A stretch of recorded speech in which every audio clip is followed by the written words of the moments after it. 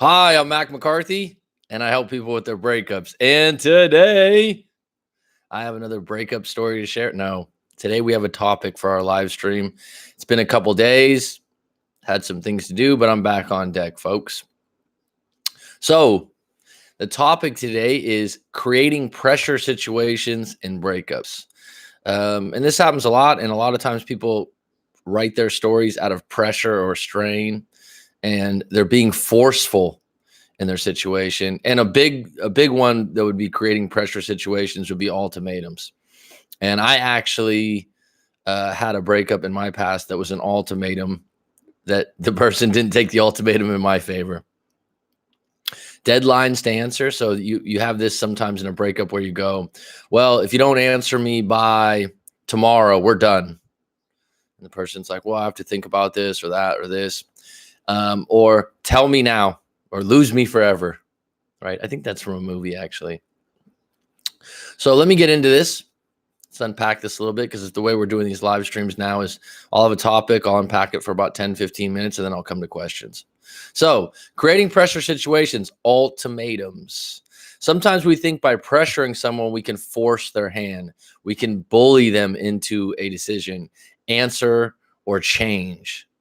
So you don't think you're being a bully, but you're being pushy, you're being direct, you're being forceful, and it doesn't usually work in your favor. And there's reasons for that, and I understand those reasons. You're fed up, you're tired, you don't want to keep this going.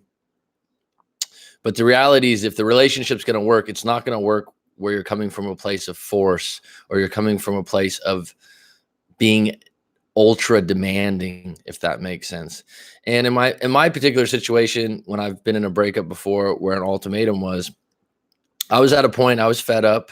I was fed up with some of the behavior. We had multiple arguments and fights about it. It wasn't changing anytime soon. I knew that deep down. I knew that me saying something wasn't going to change the dynamic because she was in a place where she was pretty excited about who she was and what she was doing. She was starting to hang out with a new group of friends. She was going out quite a bit. And these kinds of things didn't sink in with being in a long-term relationship and the relationship that we had. And so I got to a point where it wasn't premeditated, but it was like, look, you got to stop doing this, this, and this, or we're done. And it was like, well, we're done then. That wasn't the answer I was looking for. And it just ended the relationship. I know the relationship was going to end anyways, hindsight 2020. But the ultimatum ended negotiations. We were still in a place where we were maybe working through things. Communication wasn't horrible. We had talked out some things in arguments prior. But when I threw that on the table, it was like, look, no turning back. Because if you make that big of an issue, you make an ultimatum and then you go, okay, well, then let's renegotiate that now. It just takes all the power out of your stand that you're making. And you got to be honest with yourself. Why are you making such a strong stand? You're making that strong stand because you're fed up and some kind of boundaries has been crossed multiple times and you want to switch it. And so ultimatum is a bit of an overcompensation, but sometimes it needs to happen because you're not getting the answers you want and you want to be in a position where you're either done or you're moving forward and it's forced. Thanks, Ernesto. Haven't seen you for a while, I don't think. Let me know if you got a question. I'll get back to that. Let me finish this really quick, Ernesto, if you could hang on for about 10 minutes. So creating pressure situations, ultimatums. Ultimatums end negotiations. There isn't really any going back on them. I think you're pretty aware of that. But I don't know if people realize how many times in a relationship or prior to a breakup, you're negotiating terms. And the ultimatum basically ends the negotiation. You're saying, do this or I walk out. Number 3, a majority of adults don't like being treated with force. They like options. They like open-ended questions. They like to figure out things and make a decision. So when you create a situation, do this or I'm done. A lot of people that have some level of confidence, some level of adulthood, some level of a life experience, they don't like to be told sit, stay, or jump because they're not a dog. And so when you come from that place, a lot of times you'll be surprised. And the people that generally respond to someone go, and when I say force, I'm not talking about physical. I'm talking about telling someone what to do, when to do it, and how to do it immediately. So people that generally cave into this kind of thing are generally needy people who tend to get taken advantage of. And if you're in a good relationship, this is usually not the relationship. And these people down the road will take it, take it, take it, and then when they're out, they'll claim victimhood as if it just happened to them and they had no place. They never accepted this kind of treatment. So number 4, pressure and deadlines are good in the business world and academic world. Clear deadlines produce good pressure. So in outside places, outside of relationships, deadlines are good. They create a finish line. They create a situation where you're like, I got to get this done. I need an answer by this time for business. I totally get it. Relationships aren't quite the same. People don't like to be treated like it's a business. They don't like to be treated with a deadline. It's a little bit different game. And so when you throw that on there, and I could see that people in the business world and people that are used to getting what they want a deadline. They want to create these situations, and it usually backfires on them. Because what you're doing when you're pressuring an answer or creating a deadline on when someone needs to change who they are or what they're doing is you're telling them, yeah, you don't have any other choices right now. And you're also not understanding where they're coming from and why they're feeling the way they are. Number 5, how do people change their ways or direction?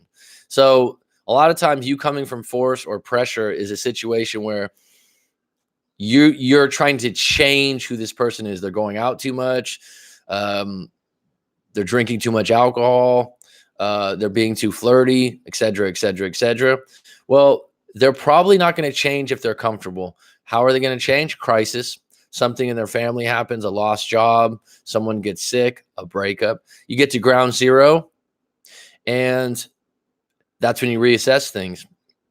Now, I grew up, my father was a bad alcoholic when I was young and was in and out of a few rehabs. And I'm not going to go into details on this post about that. But one thing I do know is he wouldn't enter these rehabs or these places until, as a family, we moved out and he was looking at divorce or he was looking at losing the relationship. So in that particular situation, he's at ground zero having to make a decision rather than being pushed into it, because the decision was already made by my mother to leave, or I'm not taking this any longer. It wasn't like, if you don't do this, I'll do that. It's like, then he's in a situation, wow, I need to make some changes. So number 6, if someone's taking too long to make a decision or change, don't you know their answer? So a lot of times if you're feeling like they're taking so long, they said they need more time, that they don't want to be official, that they don't want to be, you kind of know their answer then, don't you? Deep down, you know how they're going to answer it. Remember, relationships are a series of moments. If you treat one moment as if it's a defining moment, then it will be. Okay, so I'm going to check who's on deck here. I'll come back to some of these things about creating pressure situations and breakups. Robert, this topic probably suits you in some ways. But it's a really interesting dynamic. My ex is in the business world, and she kind of gave me an ultimatum when I came back and said I wanted her seriously. She said, you commit and marry me tomorrow or leave. See? So this is Ernesto, I'll get to you in a minute. If you're still on deck, just let me know, because otherwise I'm not sure if I need to answer that, but I'll let you know. Robert. Yeah, this is a particular situation that you're probably open to the idea and working things through, but the idea that you have to do it on a time frame that's her time frame, when she says sit, when she says move, that's, as an adult, you're kind of like, wait a minute here. Like, I'm not going to get pushed around. You wouldn't let someone at work that's a colleague go, yeah, you need to get this done by tomorrow, and they're an equal. They're not your manager or your boss. You probably wouldn't let them push you around in that way. What's up? She's a queen.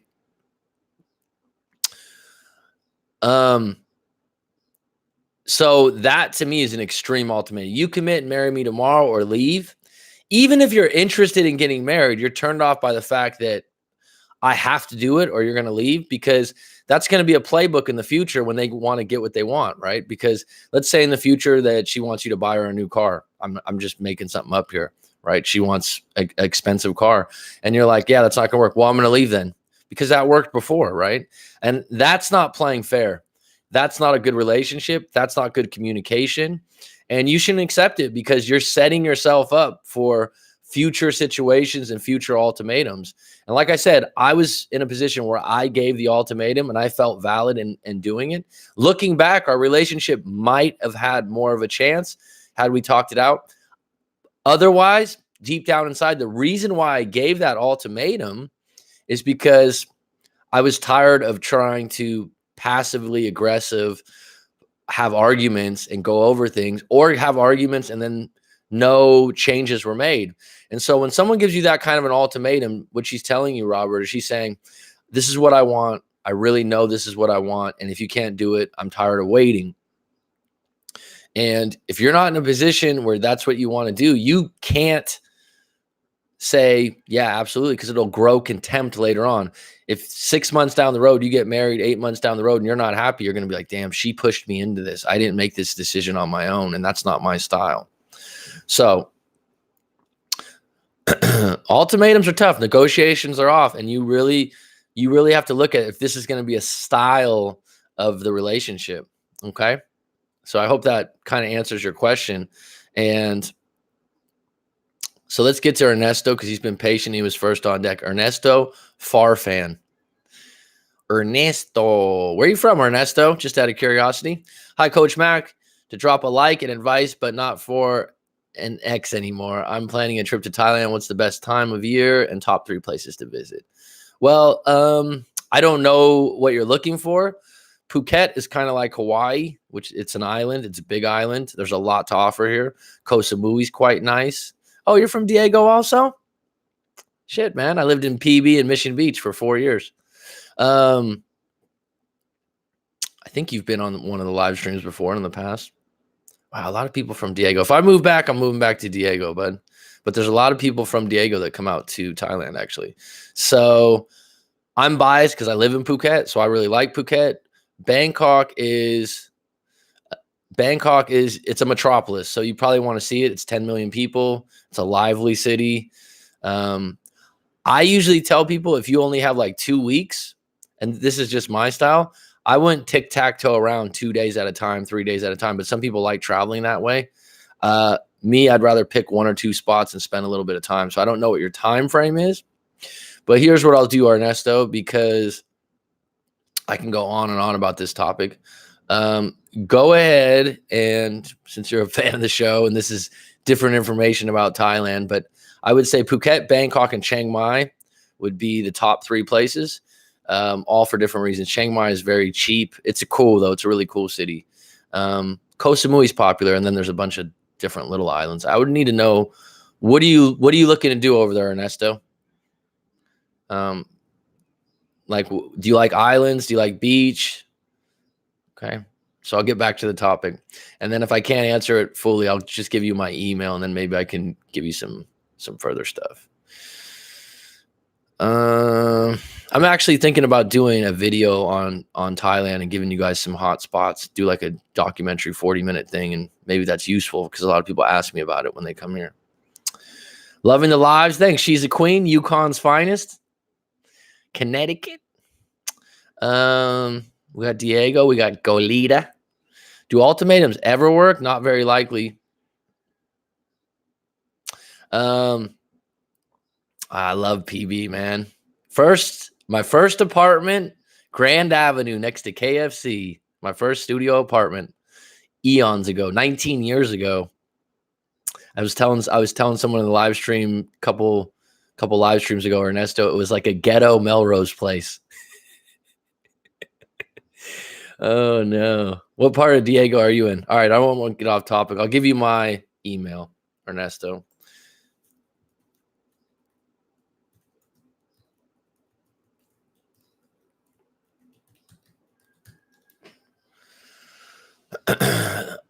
All right, Judy Jack. This is the time frame you like, a little late, a little night owl. Do ultimatums ever work? Not very likely. I would agree. What's an ultimatum? An ultimatum is saying, do this or else this will occur. So if you have for example, if you have a girlfriend and she's drinking a lot and going out Mission Valley, I worked at Fashion Valley Mall and I worked at UTC. So you're really close. And I was in Mission Beach, so very close to there. Sorry to get off topic. Ultimatum, yeah. If let's say your girlfriend's drinking too much and you have a problem with it, and you say, look, if you don't stop drinking, we're done. That's an ultimatum. That's saying, if you don't do what I ask you to do, then we're finished. And that's usually if someone's an adult with some kind of confidence, they're going to say, you know what? No one tells me what to do. No one tells baby to sit in the corner, right?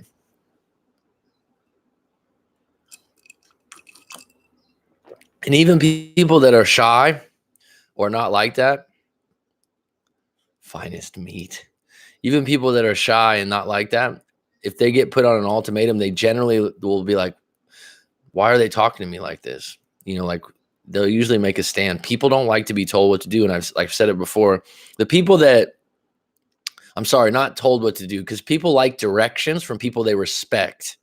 So if someone's your boss and they're respectable and they walk the walk and they do a good job, then you listen to them usually, right? If you have a good teacher or something like that, you'd hope that you listen to them based on the example that they give.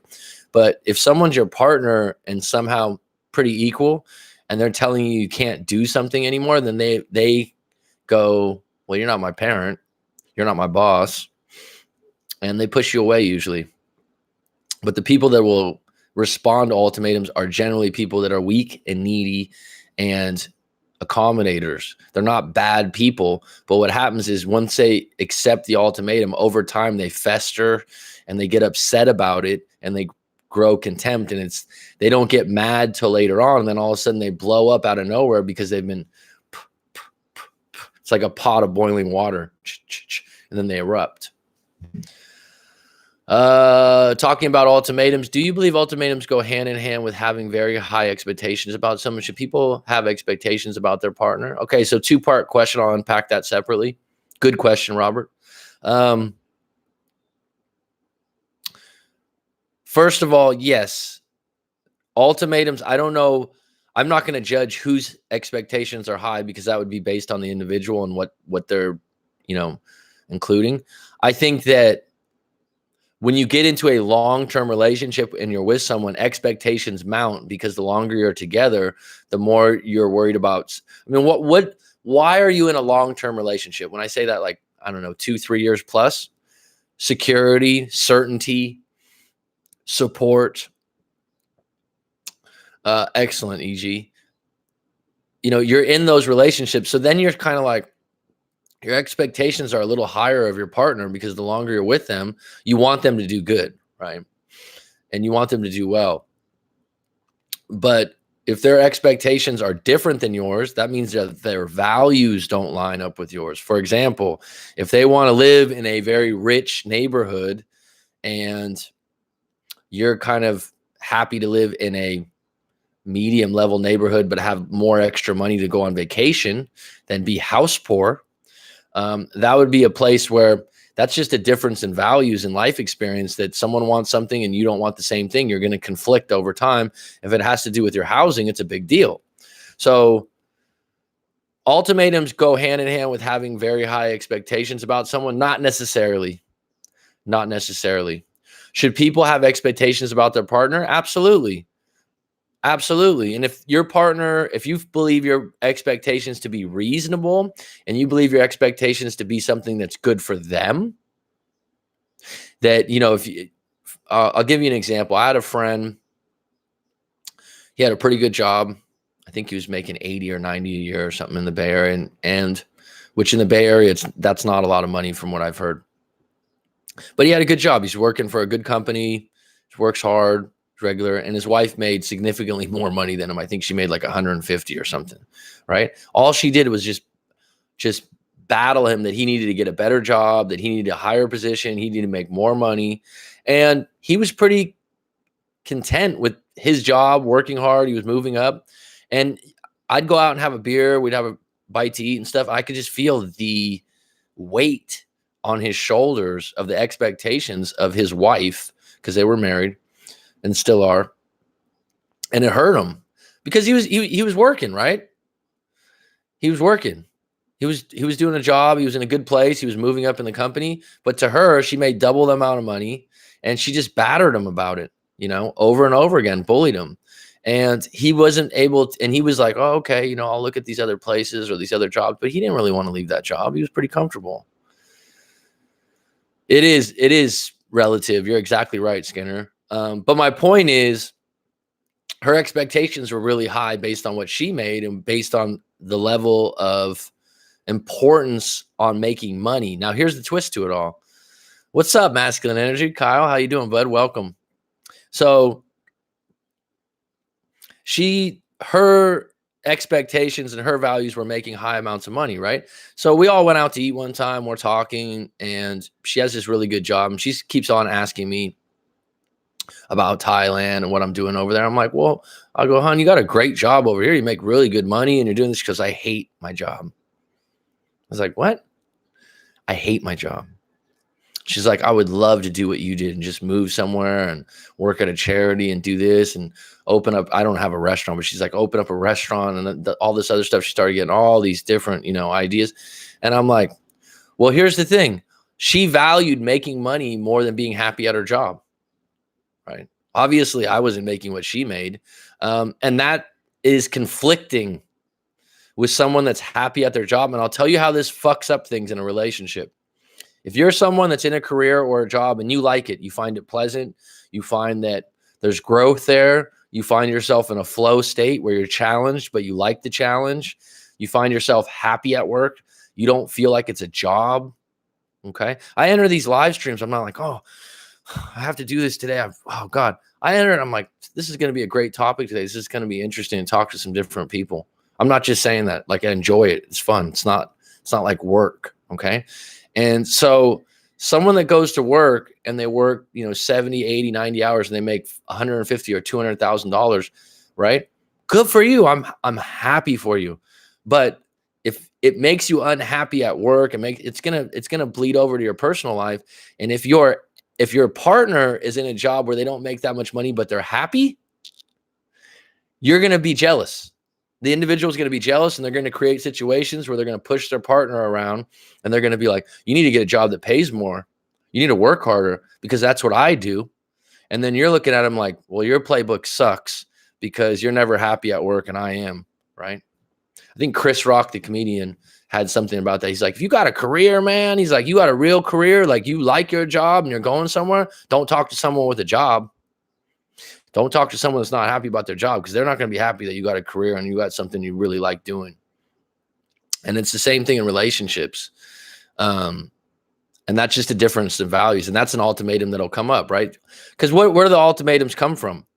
Where does the pressure come from? Someone really wants you to change, to conform, to not just be a better partner for them, but to be a better show for them a lot of times, right? So that's what I was discussing in the beginning of this. If you guys have just jumped on, is creating pressure situation and breakups, ultimatums, deadlines to answer me. If you don't answer me by this time about our relationship, I'm done. These situations don't come out of nowhere. These situations are mounted over time. And what people are trying to do is they're trying to throw a card on the table and make someone do what they want. So I have an interesting thing. I'm going to make another video. I used to tell my ex to leave her job and find another job. She wasn't happy, but something was holding her back. I guess she was afraid of change, afraid of not having something good that makes her happy. It could be that, but it could be if she makes good money. A lot of times people will validate a job they don't like, right? And we all know people like this that fucking hate their job or they're bored, but they'll validate it with the benefits and the pay, right? Because that's offsetting it. And I'm not saying you're right or wrong, because let's say you're in a situation where usually it's people that value money like that. They never had a lot of money growing up. Or let's say you have, beyond just having kids, which is the obvious one, let's say you have a relative or family member that you have to help take care of. Well, then you have to put money first. And for some reason, some people don't think that it's possible to have a job you really like and make a lot of money, or they don't even really give it a lot of thought. So once you get comfortable in those situations, then you stick with them. So she doesn't even think about Robert probably that is this happy or not. She thinks, well, I make really good money. I got to deal with it and I can complain about it and my boyfriend will listen. But she probably hasn't sat down and done an Ikigai or a Robert Dilts model and really got in touch with what she wants to do and how she can make a contribution to the world and make some money. I don't believe in making demands like that. I want my man to do things because he wants to, not under duress. Yeah, I mean, that's the ideal situation. That's the ideal situation. Absolutely. And the reason I've come up with this topic, someone made in the comments, they're in this situation where like, I need an answer tomorrow. I need this, I need that. And I'm like, you're coming from a place of force and pressure, and that's never going to work. That's never going to work. And people run that playbook because it worked for them before, whether that was with their parents. I've had people in live coaching sessions that admitted that they're a bit of a spoiled brat when they were young. They admitted, they're like, I guess I kind of was like that. I used to throw tantrums and be like that. I'm like, all right, at least you know that that's the way. And I'm kind of can be like that in relationships. Well, yeah, they're running a playbook. When they were a kid, if they threw a tantrum, they got what they wanted. Or if they told mom, I'll do this if you give me, $10, then I'll take out the trash. So they were able to negotiate things like that. And so they get into a relationship and they create these dynamics. Well, tell us about it, Skinner, if you can, if it's PG. I had a random dream about my ex the other night. Yeah, let's keep it PG.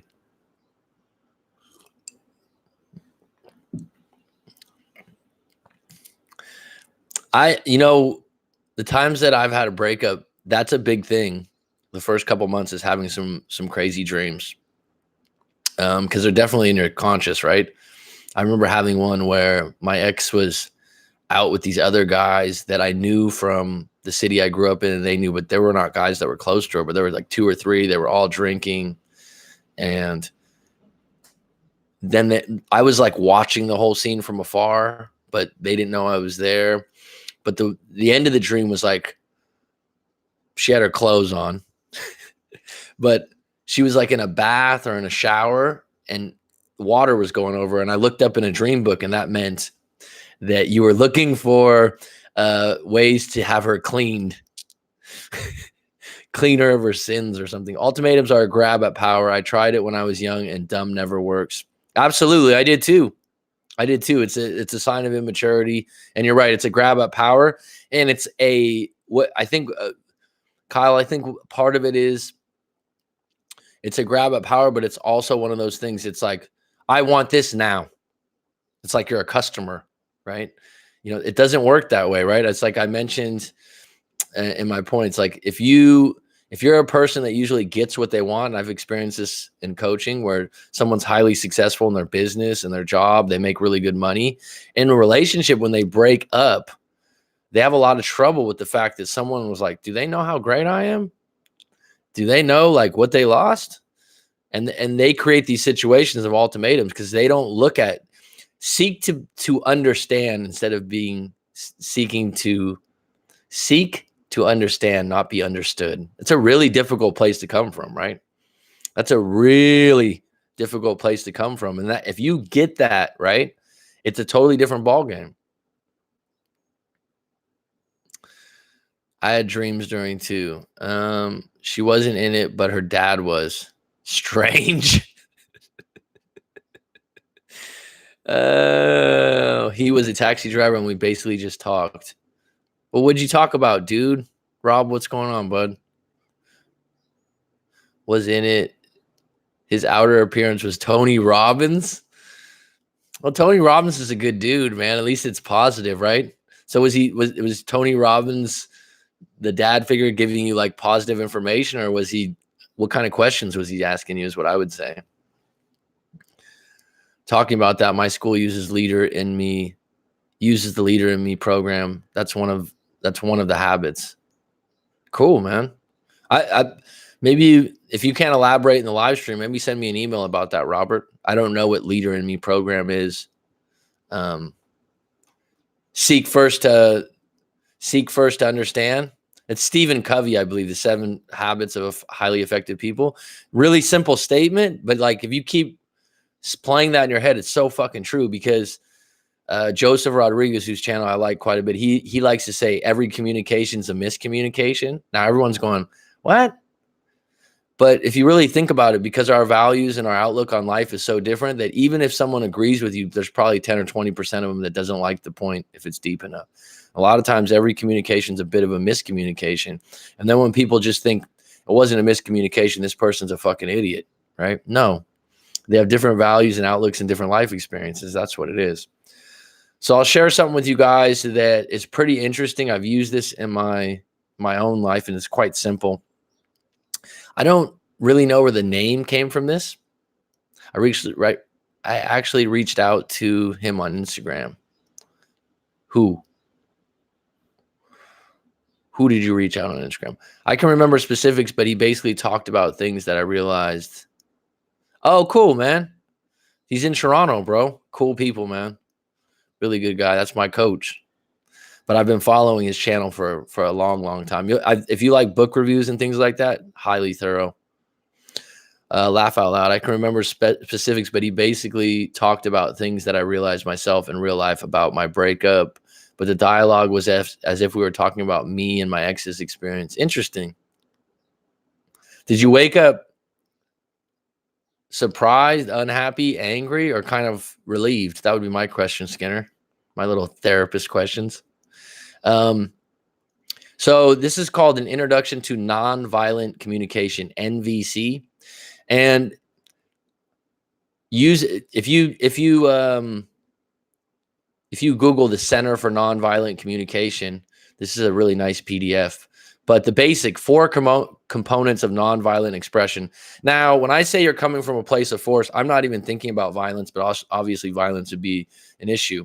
But force can be just you bullying or you forcing your power play, as Kyle mentioned, things like that. But this is a really nice thing if you want to write this fucking down right now. If you guys got a pen and paper, this is a really interesting way, simple way to look at your issues, okay, with someone you have a problem with, not even your ex necessarily. So you have a problem. Number 1, my injured butt finger here that was split in half when I was a kid. Number 1, observation. Observe what happened. Okay, I do this when I do live coaching. I don't talk about it that much, but this is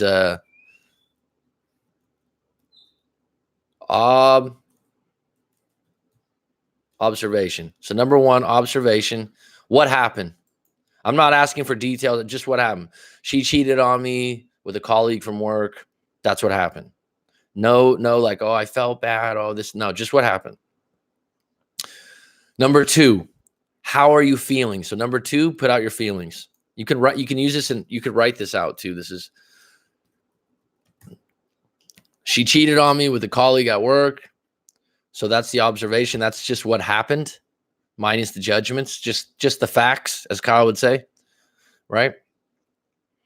The feelings. Okay, I feel insecure now. I feel really upset. I actually met the guy. I feel betrayed. Put all the feelings out there. Okay. Number 3. Okay. What's your need from this? This is really interesting because usually what people do, okay, and correct me if I'm wrong, if you don't agree with this, it's just fine. You don't really think about your need. What you hammer home is you mix the observation with your feelings. So then your feelings and emotions take over in the argument and you stop thinking about, well, what is it I want from this situation? So you think she cheated on me. She cheated on me, right? Observation with a colleague. That's it. That's all I want. Feelings. I felt betrayed. I feel shitty. I feel insecure. I feel upset. Write them all out. Number 3, my need. I want her to apologize. I want her to be sorry for what she did. I want the guy. I'm not saying I would do this. I want the guy that she works with to apologize me because I met him at a fucking Christmas party and the guy actually shook my hand. Like, be honest with what you need, right?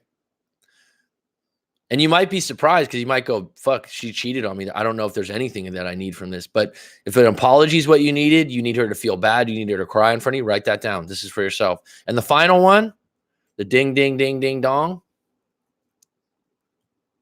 Number 4, suppressed. What the fuck do you want? Okay. What do you want from the situation, dude? What do you want from the situation? This is a really, I've done this before when I've had problems with people that I work with, students. And it's a really nice, quick exercise that you could do in a journal. You're like, this person's really pissing me off, or I'm really upset about something. Someone owes you money. Observation, just the very basic of what happened. Number 2, how am I feeling about it? Number 3, what do I need? What do I want from this situation? Number 4, request. What do I want to make this right? So your ex cheated on you. What's your request? Hey, we need to sit down and talk if we're gonna make this go through, and I need you to be accountable for what happened. Well, welcome, Kyle. It's a good one. And two ways towards moving toward connection is mentioned. Honestly express yourself, own feelings and needs, and in fact, listen with empathy. Those are the ways to connect with people, is to honestly express yourself and to listen with empathy. So that's the best communication. So also, number 1 for observation, when I see her, I notice. Number 2 for feeling, I feel, that simple. Needs, because I need this or I value this. And then, would you be willing to request? Okay. So you can use this any way you want, Kyle, or anyone else out there. But I'm saying you don't necessarily need to use this just for a breakup. Kyle, if you really like this, I'll email you the PDF. It's available online, but if you don't want to search around for it,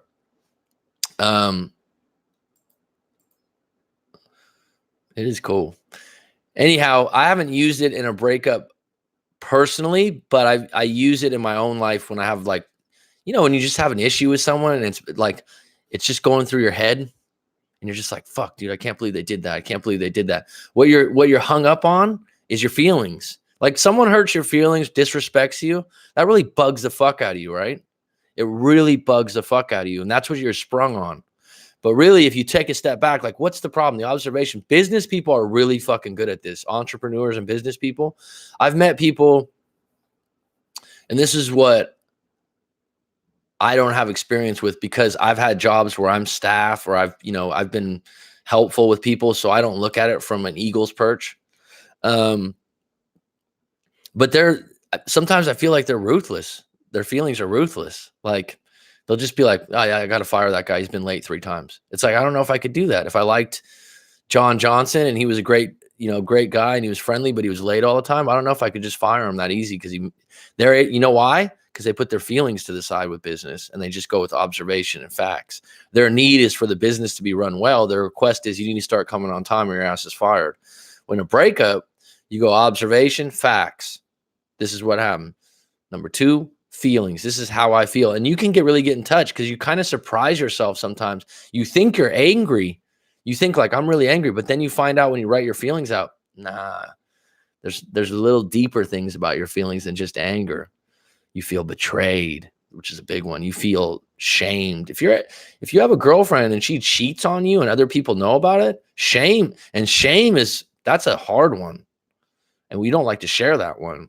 So then your need is next. And sometimes your needs can't be met. And then final, your request, dude. All right, brand new Skinner. Honestly, I was surprised because I hadn't dreamed about her since the breakup.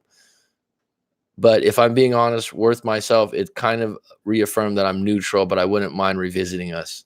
Well, I appreciate that you're being honest, Skinner.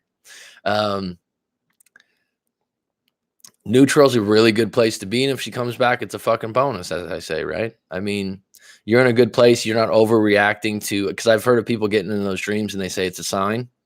Possible. I'm not saying it's ludicrous, but I don't know if that's serving you moving forward to believe that it's a sign that something's going to happen. It's like Man's Search for Meaning by Viktor Frankl, one of the finest books out there on finding meaning in anything. And he has a logos. He has his own kind of therapy. It's not even really followed now, and at the base of it is finding meaning. And one of the really interesting things that he talks about in that book is when people put meaning to things, um, does it serve you? You got to frame whatever you're, like this dream. I'm neutral right now. It's good. Afternoon from the Tazzy Deva. How are you? We good, Dylan. You changed your picture or what? You don't have nothing up there.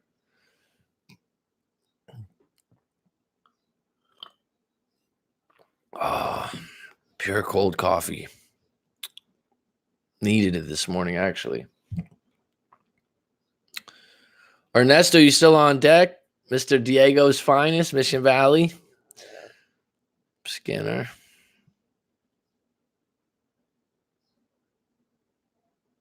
You know what's funny about feelings? Tell me, Robert. I didn't know that messing up over one major thing in 10 months could close my ex up so much. Do you think she was planning on leaving me even before this happened? That I would just be guessing, so I'm not going to say I know that or don't know, and you probably know better than I do because you've been with her longer. But people run patterns, and you've been with her quite a while, and I think you do know her patterns.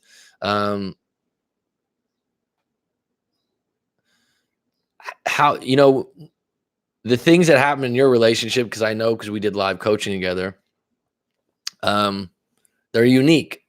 But your situation, you have to think to yourself, are you saying sorry or are you pleading your case for something you don't really think that you should be pleading your case or be sorry for? Does that make sense?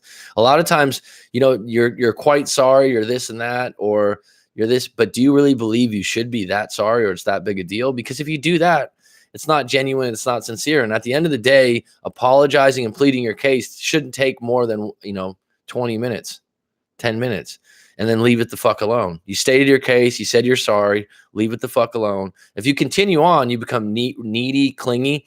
And if you're with someone that feeds off that shit, that feeds off you saying sorry over and over again, they're controlling. They're controlling the situation. And then they're controlling the situation. And then they create a situation where they're like, okay, now I know whenever I want to put this person in check, it's like a dog trainer with a fucking whip. Right? It's like, all right, I can just create a situation where they feel really guilty, even if they didn't do something that bad. And then they'll just retreat and say sorry over and over again. I'll take control of the relationship. It happens a lot, right? And you got to go to yourself. You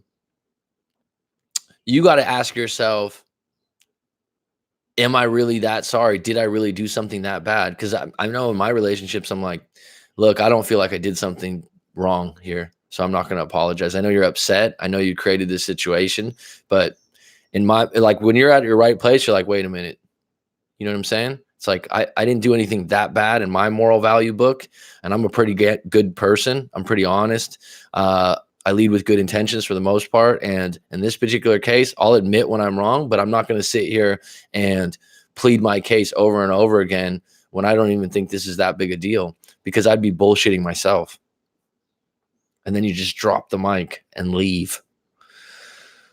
I don't know why our feelings were through the roof. Well, women's feelings are different than men's feelings, right? It's the masculine and the feminine, and they lead with their feelings and emotions. And a lot of people didn't review that, but that book review I did, and I haven't even finished it yet, on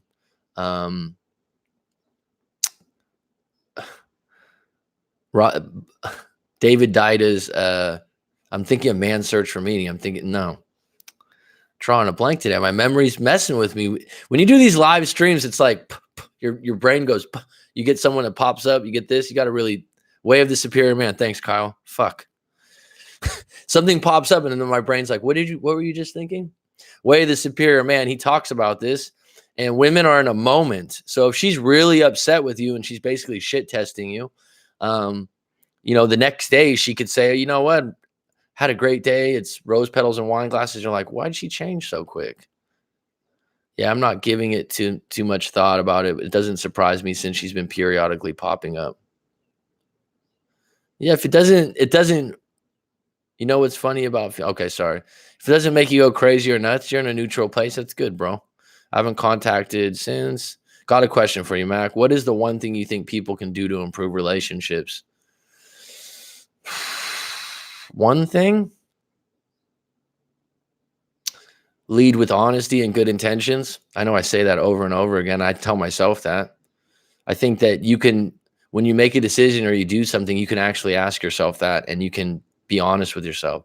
Am I leading with good intentions here? Like, am I doing this from a place that's good intentions for me and them?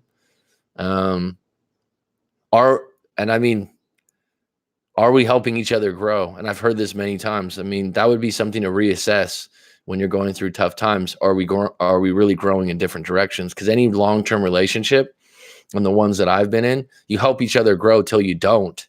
And then that's when things happen, especially if both people are healthy minded, like pretty happy with themselves. You don't have, when I say that, there's sometimes people have an alcohol or drug problem. That's a different situation.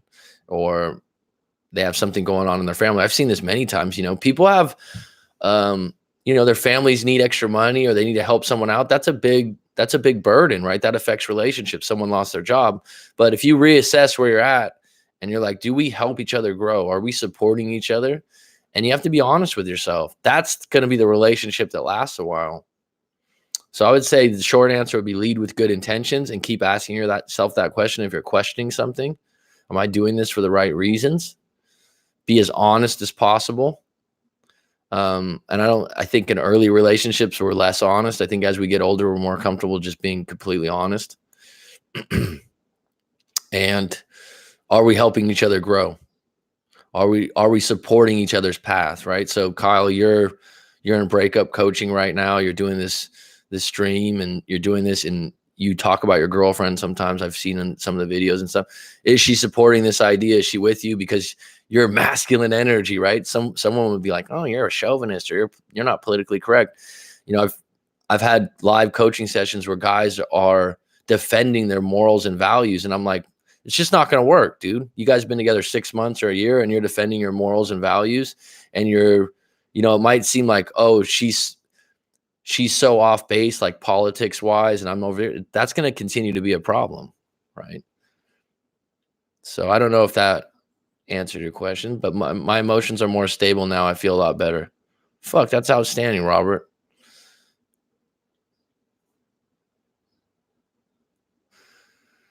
I'm just kind of tired of her running away and then coming back. Well, people a lot of times when they move, when you break up regularly, or you've had it happen 3 or 4 times, someone gets fed up and someone gets left holding the bag and going, "Oh, wait a minute, I thought we were going to get back together."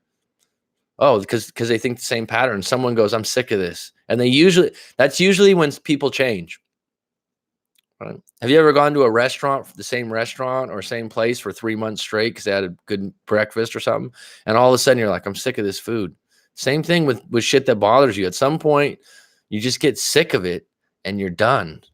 And it sounds like you're inching up closer to that. I broke up with my girl a month ago. Been with her since last December. I thought it was right because we weren't happy, but then I realized that I was poor in communication. I tried to rekindle tonight, but she was very strong and say to me that she is happy without me. Okay, that's a strong statement to say she's happy without you. That's hurtful. But you're also, let me take this a step further. This is what people do a lot. They try to get the whole relationship back in one night. And here's the thing. I thought it was right because we weren't happy, but then I realized that I was in poor communication. Well, if you were in poor communication and that's the reason for the breakup, and that was her reason to break up with you, you're not gonna explain yourself in a conversation in one night, and she's gonna go, "Oh my God, you're such a good communicator now," because in her mind she's already got it set. You're a bad communicator. You broke up with me, or what have you. So this idea that you're gonna try to rekindle things in a night, it's probably not going to go down that way. That's you trying to create a quick turnaround. And if your communication was poor, I don't know if you're going to reestablish that just in a conversation right away. But here's your clarity right here. She was very strong to say to me she is happy without me. Now you're done. Okay. And I'm not saying out of vengefulness or anger. I'm saying, what do you do with that? You don't go back and go, "Wait a minute, you're happy without me? Explain." No, that would be weak and needy. That's highly unattractive. You have to take it on the chin and go, "Fuck, man. Yeah, my communication was bad. That's something I need to improve for future relationships." I know you're not thinking that now, but that's where you want to go. She said she's happy without me. Fuck, man. I got to go into no contact now because I don't want to hear that statement again from her because it hurts, if I'm going to be honest with myself. And if she says she's happy without me, well, let's see if that's true. And I'll turn off the spigot. She turned me down after I tried to get back with her. She is happy and bubbly and doesn't miss me. Clarity 101. If that's true, someone will say, well, what else can I do? No contact. That's the best remedy. Okay. Because you're knocking on a door that's locked. She's opening the door and she's going, hey, I'm not letting you in, with a smile. I'm actually really happy in here now. Cheers. And you're going, wait a minute. I want to tell you I'm a good communicator. Knock, knock. Now you're being annoying. Now you're being weak. Now you're pushing yourself farther and farther away from her heart and her mind.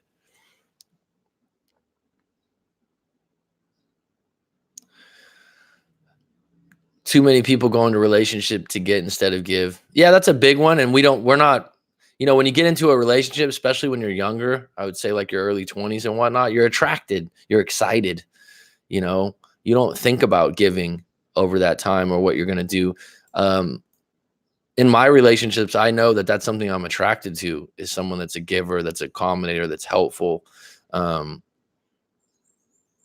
yeah, you want to give, you want to support, and you want to support specifically what the other person is doing. It's like Stephen King, the writer. He talks about his wife supporting him. He had to quit a job as a teacher. He went full time as a writer, and his wife fully supported him being a writer, which some women would be like, no, you need to keep that secure job with benefits. You're not going to take this chance. You see what I'm saying? As you get older and as you get more long term, you need to be congruent. Your puzzle pieces need to line up where you're like, oh, that's supporting. It's going to get deeper than that, because long-term relationships, attraction's important, but it's fleeting. It's in moments. When you're in a 3, 4, 5 year relationship, you're going to have moments where your partner's not attractive, right? But your connection can get stronger and your trust is paramount. Mr. Slam went through, that sucks, mate. Hopefully you find another one. I apologize. Her and I said it was a mistake, but nope, she doesn't want nothing to do with me. Any advice besides leaving her alone and walking away? All right. How about this? I'm telling you no contact. You're saying, what other options are there? Okay, let's go through them. You can continue to contact her and be annoying after she's already told you she's happier without you. Doesn't seem like a good idea to me. You can go on Facebook or one of these social media sites and post pictures of yourself having a really good time and being happy to combat her happiness. That would be trickery. That would be the coyote in the bushes. But you could do that and it might work. You could do where you talk to one of her friends and you say, hey, what's going on with her? Can you talk to her for me? But that probably is not going to work either, because again, you're not listening to her and what she's saying right now, right here in this moment. She's happier without you. So you trying to overcome that and change the dynamic because you want to isn't going to work. What you got to do is go, oh, you're happy being yourself. You go with the flow of the river and you go, okay, see how it is being by yourself. That's fine. And you know what? I'm a confident individual that's going to get back on deck. And at some point, not maybe today, I'm still hurt and I'm still licking my wounds. I'm going to recover and I'm going to get stronger. In the meantime, I'm going to read some self-improvement books. I'm going to read some relationship books so my fucking communication gets better, right? Because your communication, you're saying, is a problem. So have you read any books about communicating better with the opposite sex or communicating better with the partner? The Tactical Guide to Women by Sean Smith. Good one. Start reading these things. So when you get in the next relationship or she comes back around, you got some ammo, dude. Like, you going back and going, oh, I know I did this wrong. It doesn't change the dynamic that you're still the same person with the same toolbox, right? So this idea that is there any other way just to leave them alone? No, I think that's probably one. Here's the thing, go no contact. But while you're in no contact, because you're probably in a position right now where you still miss her, you still love her, and you're like, I can't date right now. So you're not going to take my advice on bad dates because you're not there yet. You're like, I don't even want to date yet. Okay, fine. Go with, reading some books, some good books on communication and those things because it's pertinent to where you are right now. Mount up. And I did this myself. Like I was in a break. I'm like, I don't want to feel this way again. I just reacquainted myself with all this information. It's information I didn't know. So then when I got in the next relationship, fuck, dude, I was on deck. All right. I've said this many times. I am not a pickup artist. Okay. I'm not a pickup artist. That's not the hat I wear. Okay. But I've been in good relationships and I know how they work. And I've been in breakups and I know how they work. And I've studied them. Okay. But I know the information after the really bad breakup that I consumed, it served me later on in the next relationship very well. Because I saw things coming, I saw situations much more clear. And if I didn't go through that breakup, I wouldn't have done it. So right now, I would say that you go into a situation, no contact, you go, instead of fighting the idea that she's happy without you, go, you know what? If you're happy without me, good for you. I know you're bitter deep down. I know you're upset. Good for you. You know what? Where's my power in this situation? Where's my fucking power? Quit being a fucking victim, Mac, if I had to say it to myself. And then you go, all right, that Mac guy in the live stream mentioned maybe this tactical guide to women. Maybe I'll check that book out. Start getting some wisdom and some knowledge going into the next relationship. Or if she comes back as a bonus, I have some darts to throw out there, right? And get comfortable with being single. You're not there yet. Get a vision for the future. What can you do as an individual that'd be really exciting? A trip, a goal for a job, is a place that you want to move. Start thinking of life as an individual, because life as a single individual is not so bad because you don't have to negotiate anymore. When you're single, you no longer have to negotiate what you do. And there's some power in that. There's some good parts to that. You do not want to chase someone that says they're happier without you, though.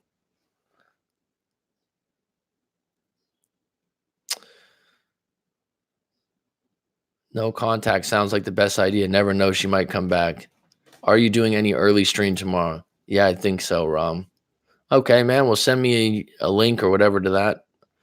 Energy, cool. I'll likely drop by. Yeah, that's like my girlfriend. She supports everything I do.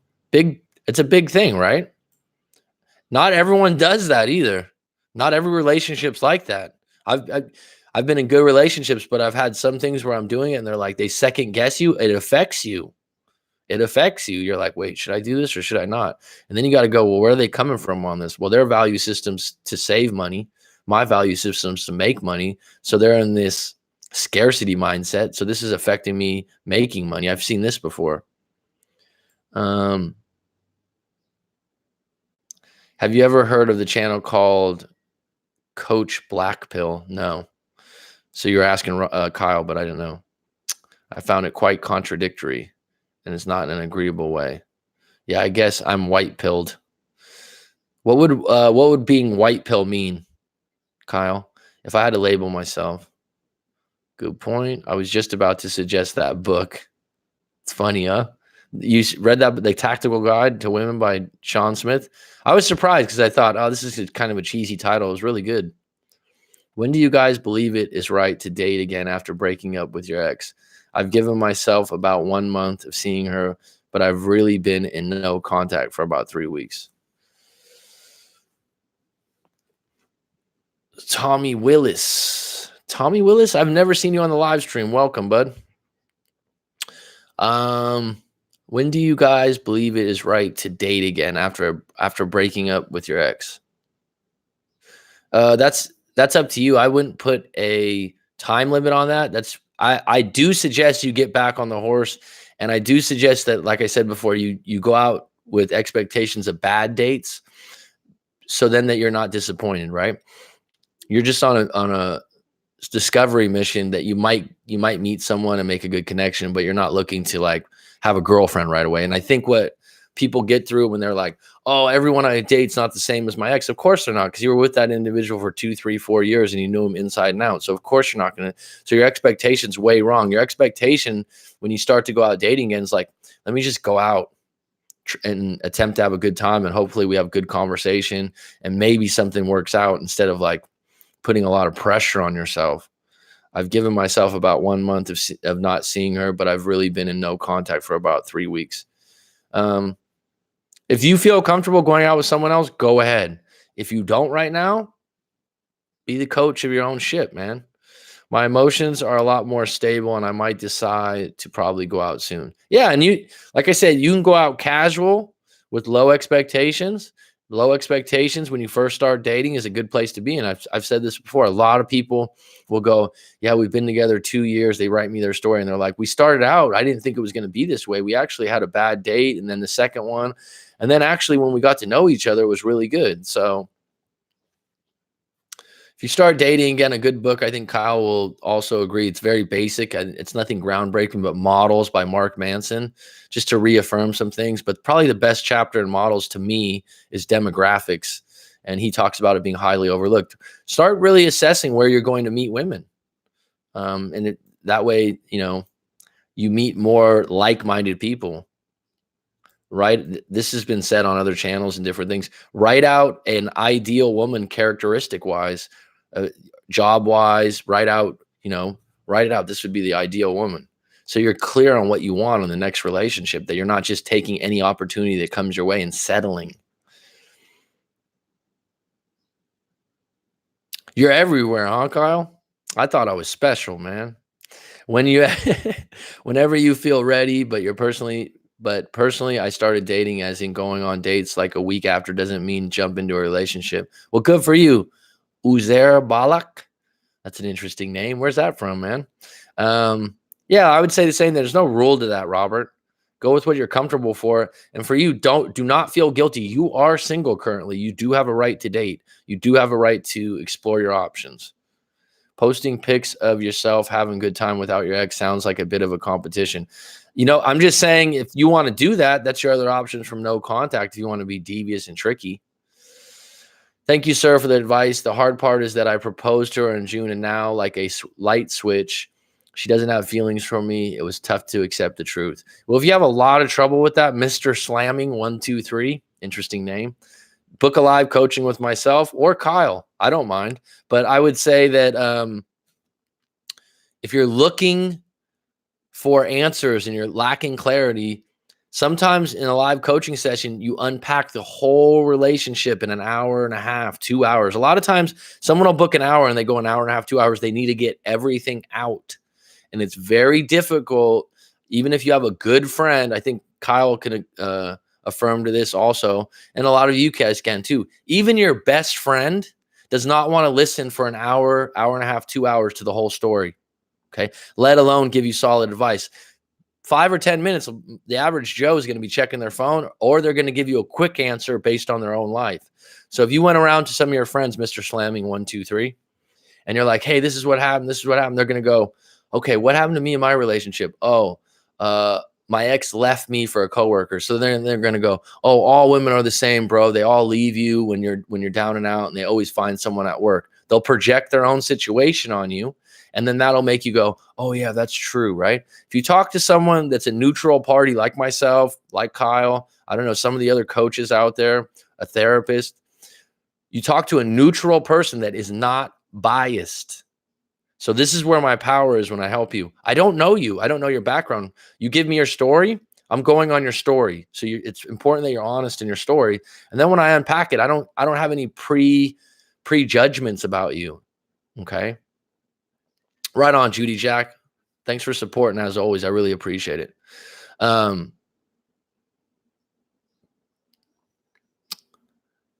Lost my place there again. I'm off today. Lost my total place right there. Judy Jack, I had to say goodbye. I had to address that. But my point is, Mr. Slamming, if you're having trouble not just moving forward, to unpack it fully, the full story is therapeutic. Okay. And it gives you a couple nuggets. When I talk to people in a live coaching session, they go, oh shit, wait. And then they stop me and they're like, what you said right there was really interesting. And it just takes one reframe of how you're looking at things, because again, the observation of what happened is very small. You guys broke up because of this, and this, but your feelings are getting intermingled in there and you're creating a different story. So when you give me your story, I'm going to have to really unpack it with you and go where you're not looking at it in a way to move forward. Okay. And like I said, I'm not necessarily saying you need to talk to me, but you need to unpack that. That would be one of the first steps out of a breakup. Write out your story in full, 2 pages, 3 pages, whatever it is, to be clear on where you stand and what you think is going on. And then go to a coach and unpack it with them. And then you can kind of see where you're looking at things in a bad way and where you're reassured. Sometimes I talk to someone like, hey, look, you didn't do anything wrong here. But you need to hear that from someone that's not biased. Honestly, it depends on you. You'll know. You just don't jump into having insane expectations. She says after the proposal, it went downhill and she was not happy with me and she was pulling away. Now, after the break, I see that she was pulling away, but I was blind to see. Yeah, we always get hints. We get breadcrumbs. And then when you break up, shit gets real. And you're like, oh, shit, I overlooked that. Totally understand. And that's why you got to knowledge up right now and start reading some books on the topic.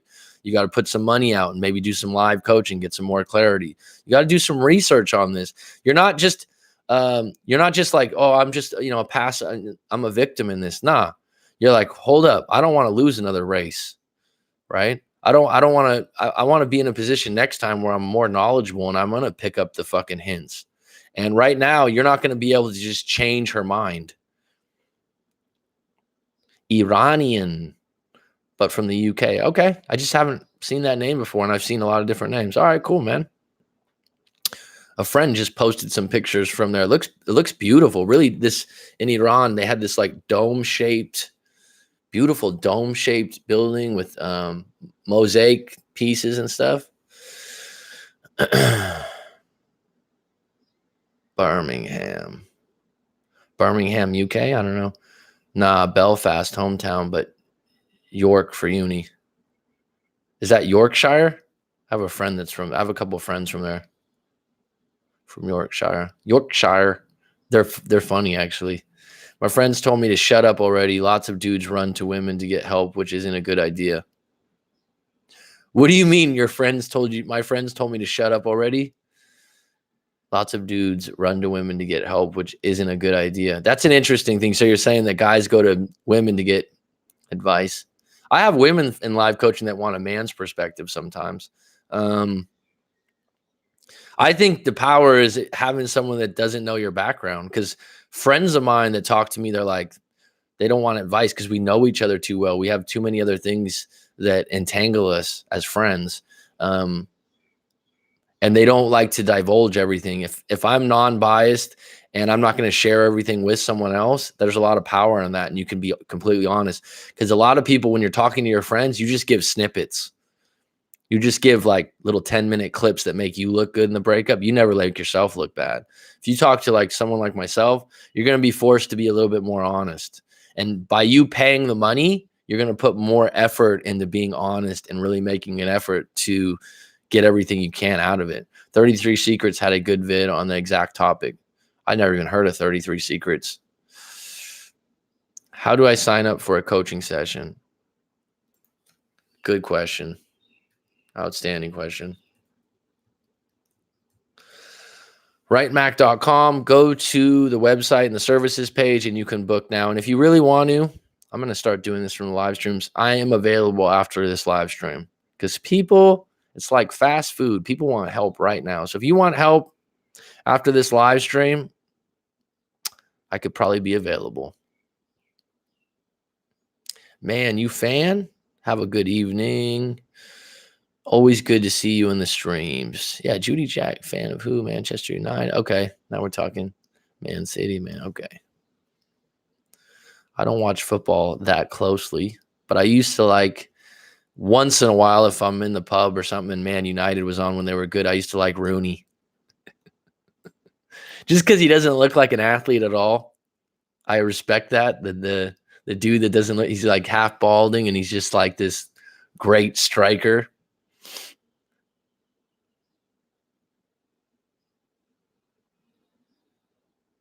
Okay, interesting. I wonder why they wouldn't show that, Kyle. So Kyle says the whole idea of black and white pill is just more of a whole red pill awareness. However, black pill is extremely pessimistic and white pill is optimistic. Okay. There's a big Iranian community in Toronto. I have many friends that are from the Iran. Okay. Yorkshire. It's a dead place, nothing to do. And if I say Yorkshire, they're like, no, it's Yorkshire. They'd say it in a different way or something. But I have a few friends. They're good people that are from there. I think one of my friends lives in Holt. I think that's nearby there. He's from Holt.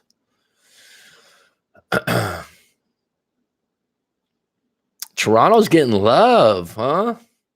You know who I forgot has a channel in Toronto is his name Evan Carmichael? He's got a good that top 10. What a simple concept that's really useful. Oh, I meant like when I was going through a breakup, my friends told me to stop talking. Yeah, Kyle, I know exactly what you're talking about. There was someone I just talked to in a live coaching. I'm like, have you been telling he goes, I talked to like 20 friends about the same story. And I had someone tell me, they're like, look, dude, just talk to me and talk to someone else. I had a really close relative say that because they're like, your friends don't always give good advice and they'll start talking shit behind your back and they're annoyed because they're not specialists. And if they haven't been through a bad breakup, they don't really care. And some people are just not empathetic naturally.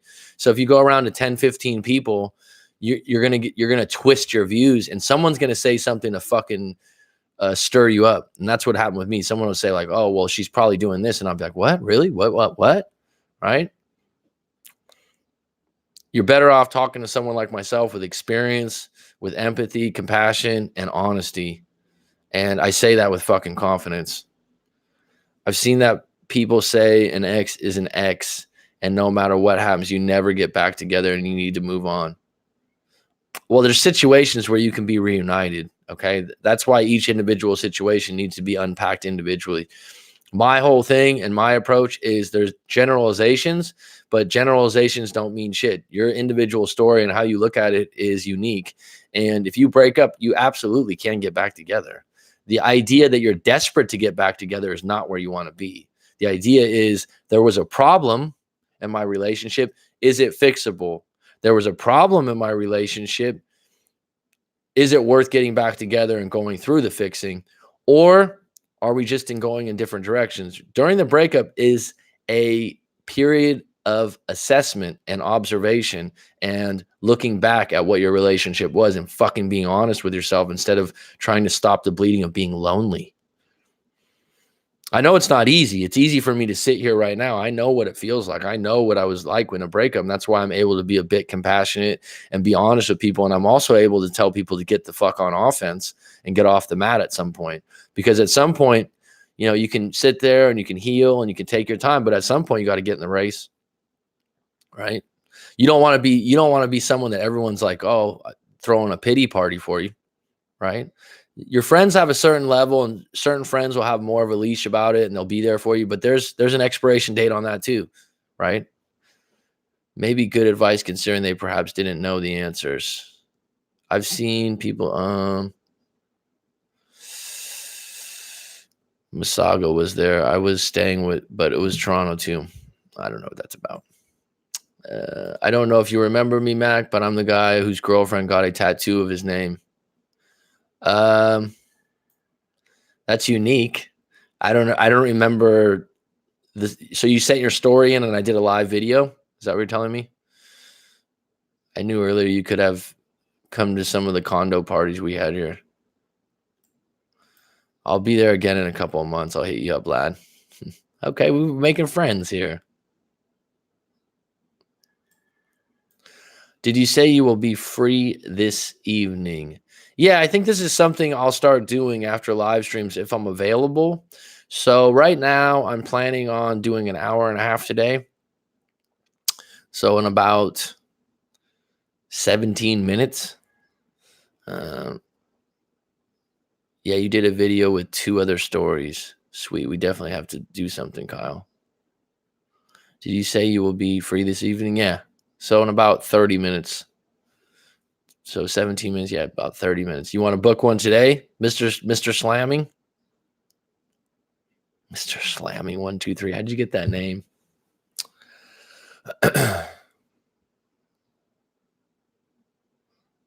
You guys are setting up parties and shit on my live stream. Good for you. Good for you.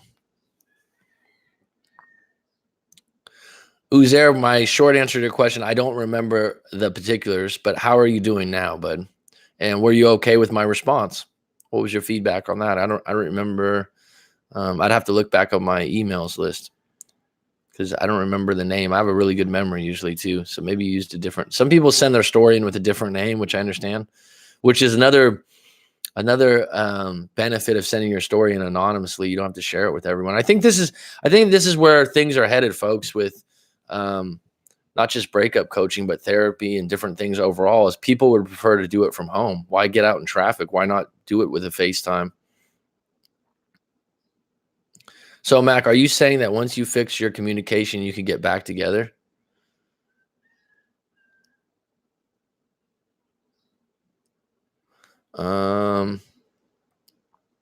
That's a broad question. That's a broad question. I need to know more about your relationship than if I don't know if the problem was communication. Communication means so many fucking different things, right? That's a huge umbrella. Who's there sharing his Instagram? So, right? That's a no, I'm not saying that. Short answer. Sorry. If she's open to it, but she has to be receptive. Good way to put it, Kyle. Yeah, I mean, but there's still no guarantee. That's the whole thing. I think Kyle agrees too. Like, what I come across a lot is people are looking for certainties. They're looking for the right answer and with the exact outcome, right? So if I do this, this, and this will happen, right? No, no, no. If you fix your communication, you could get back together. Possible? Yeah. Like you said, if she's open to it or she's receptive, but not guarantee. She got a tattoo? Oh, I'm sorry. That was a different one. I'm sorry.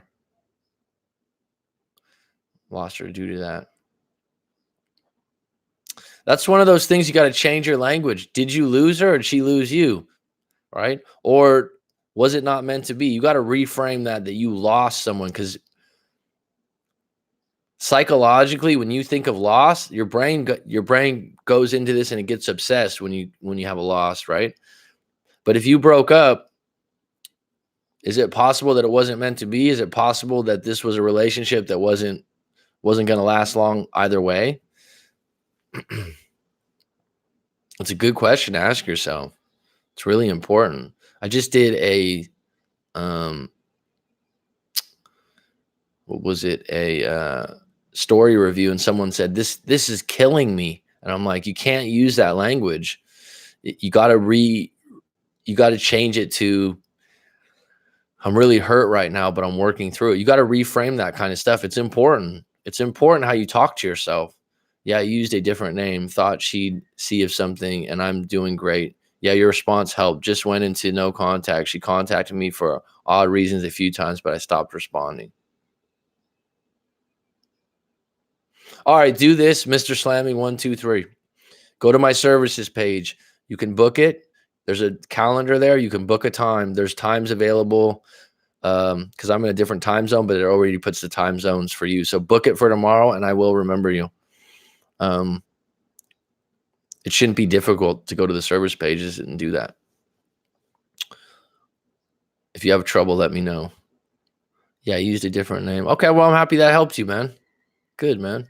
I figured you used a different name because I think I would have remembered Uzair or Uzar. Maybe would have remembered that. She contacted me for odd reasons a few times, but I stopped responding. Yeah, well, that's her just checking in, cat pawing you, seeing if you'll bite and give her attention. Everything was fine, but the only problem was that and due to it, as time passed on slowly, I was losing her.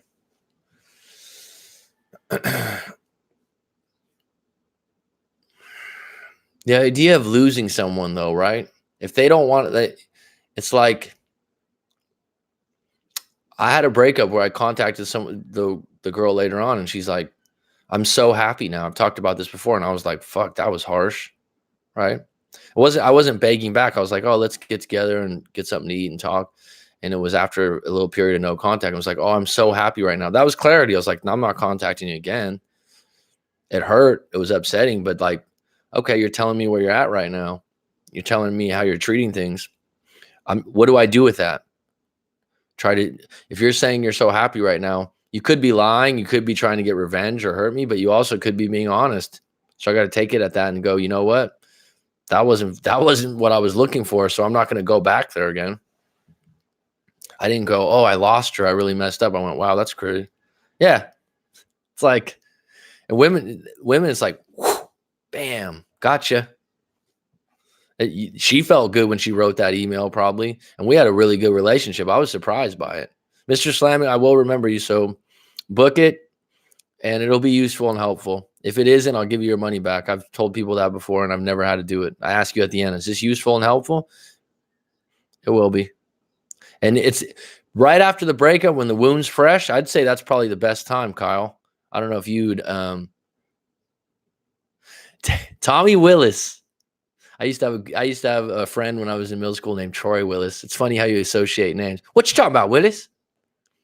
What you talking about, Willis? You guys know that one from Different Strokes? That's an old show, right? What you talking about, Willis? But book it, Mr. Slammy. My boy Troy Willis, he was a cool dude. It's funny, like what I was saying about associating names, because and you associate faces with people, you know, and sometimes you like people better.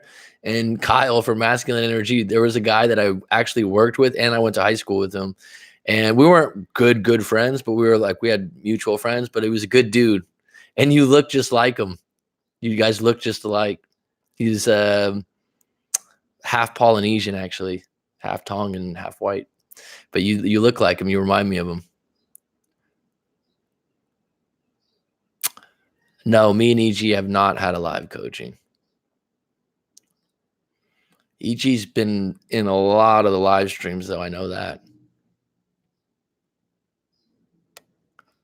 Tommy Willis, have you sent your story in? Because I don't remember that name either. Because everyone puts a different name sometimes, right? It's funny because I'll send an email and I'll be like, here's your story response. And then they'll send me an email back with a completely different name because they made up their name sending it into the website, which I get. I think when you send anything in through a website, you are skeptical, right? That I'm going to use your name for something, you know, or send you out something. During Christmas this last year, I sent, after doing some live coachings with some people, and to be honest, when I very first started, I used to do some live coachings for free sometimes. Like someone would send me like, I'm just here for emotional support. Right on, Willis. We came to the right place, my friend, with a little bit of humor mixed in, a little sprinkle of humor in there.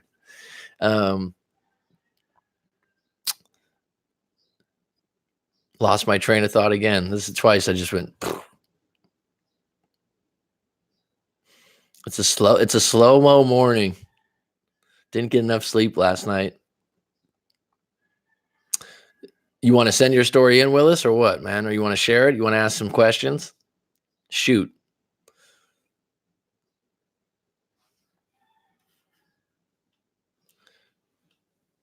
Well, if I don't have a live coaching right after, I can continue on a bit.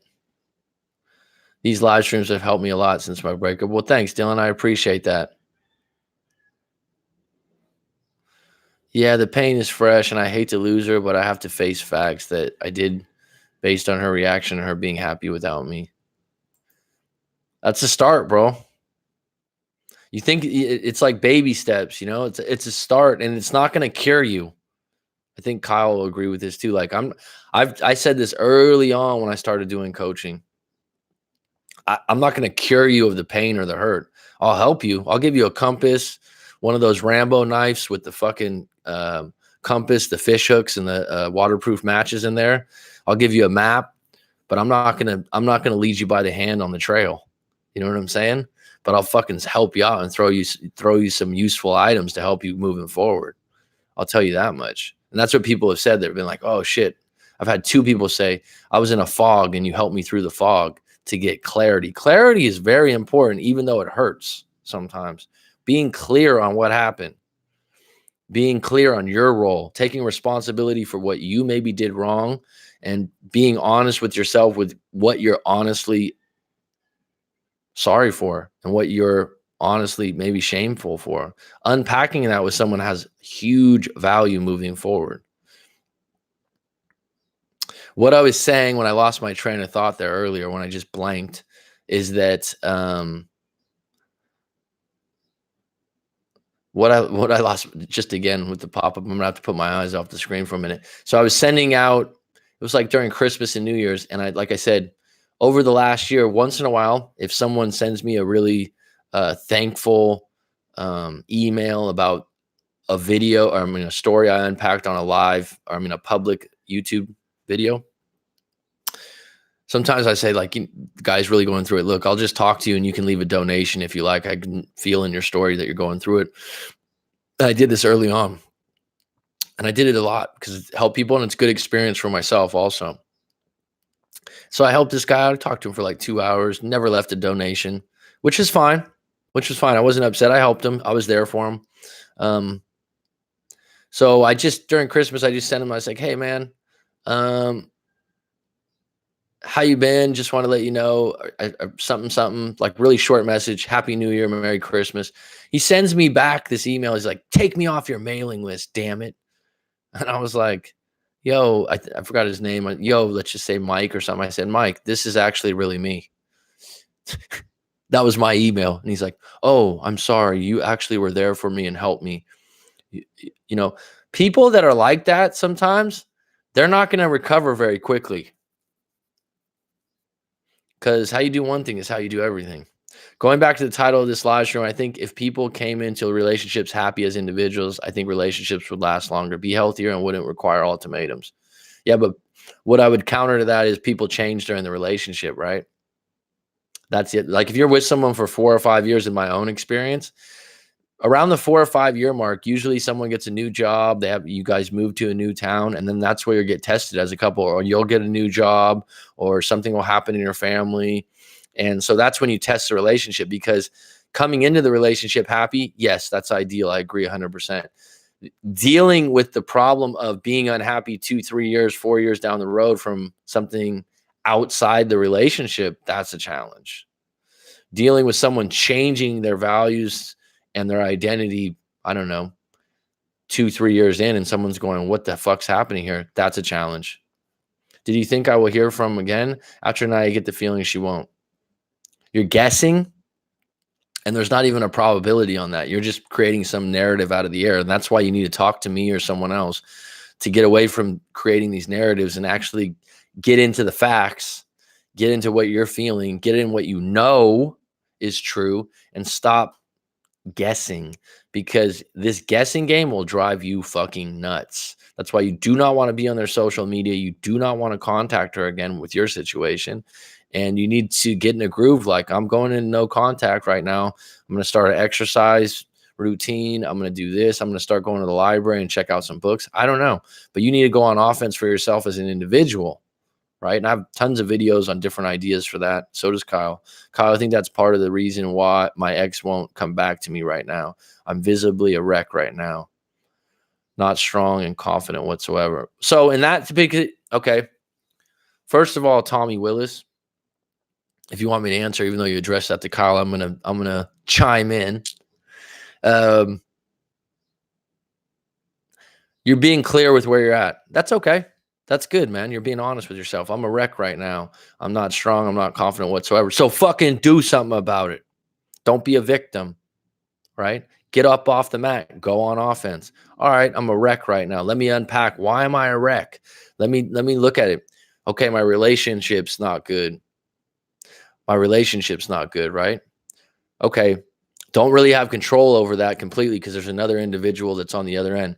How's my career or my job? Okay, I'm pretty happy there. Or I'm fucking hate my job. Oh shit, I can actually control that. I could quit my job today and look for a new one. I could start looking for a new job. I could start, the police academy, whatever. Okay, let me look at the spiritual side. How's my life with that? You know what? I want to start going back to church. I don't know. Or I want to start meditating. I don't know. But you start unpacking all the little buckets of your life that are outside your relationship, but more in your control. And that's when you start to get some power back. And then you get, Mr. Tommy Willis, you get some kind of fucking vision that's really cool. Like you're like, oh shit. Now that I'm single, man, I've always wanted to live in Brazil. I love the soccer over there. And if I could do that for 6 months, I don't know. You're saying like, oh, that's not what I want to do. I'm not saying that. I'm saying like create some kind of cool ass vision to look forward to, whether that's traveling somewhere, a new job. And right now you can do whatever the fuck you want because you don't have to ask your girlfriend, hey, do you think this is a good idea? Do you think like, do you think I should do this? Because if you wanted to move to Brazil or do one of those things, she would say, "Oh no, we can't because of my family." You can do whatever the fuck you want right now. There's a lot of power in that, dude. A lot of power in that. When you start embracing it, it kind of feels good, right? So, Tommy Willis, again, I would go back to how I'd unpack that is if I was in a live coaching with you, we'd go through your story and then we'd unpack like what comes up sometimes is like someone goes, I'm in the army about to deploy for 9 months. I guess that's what I'm trying to push getting back before I leave. Well, you already got a mission, bro. You already got a mission. You already know what you're going to be doing in 9 months. You're going to be consumed by that. And you're going to be busy. And that's something you committed to, and that's admirable. Okay. It wouldn't be ideal for you to, okay, this is just me, and I haven't been in the military or experienced what you experienced, so I'm not going to claim to have wore that hat. But I'll tell you this: I don't know if it's in your best interest to get back together right before you deploy for 9 months because, you know, what are you're getting back together, but you're not going to be able to be in physical contact for 9 months. That would throw you more in a place of anxiety and worry. If you're able to go 9 months and right before you leave on semi to good terms and with your head high and that you're okay with the breakup, that you're not pushing back, you're not trying to force the situation to get back together, that's admirable, that's noble, and that's attractive. And if you get back in 9 months and you want to revisit things, there won't be a bunch of layers of shit that you got to see through to get back together. She'll be all in or she won't be in, but at least it won't be a gray area anymore. Thanks, Kyle. Thank you for your service. Yeah, Tommy, I agree, man. My father was in Vietnam and is a Marine, so I'm out with my dad, and sometimes he has like USMC on his cut off shirt, and he's like, people come up, thanks for your service, man.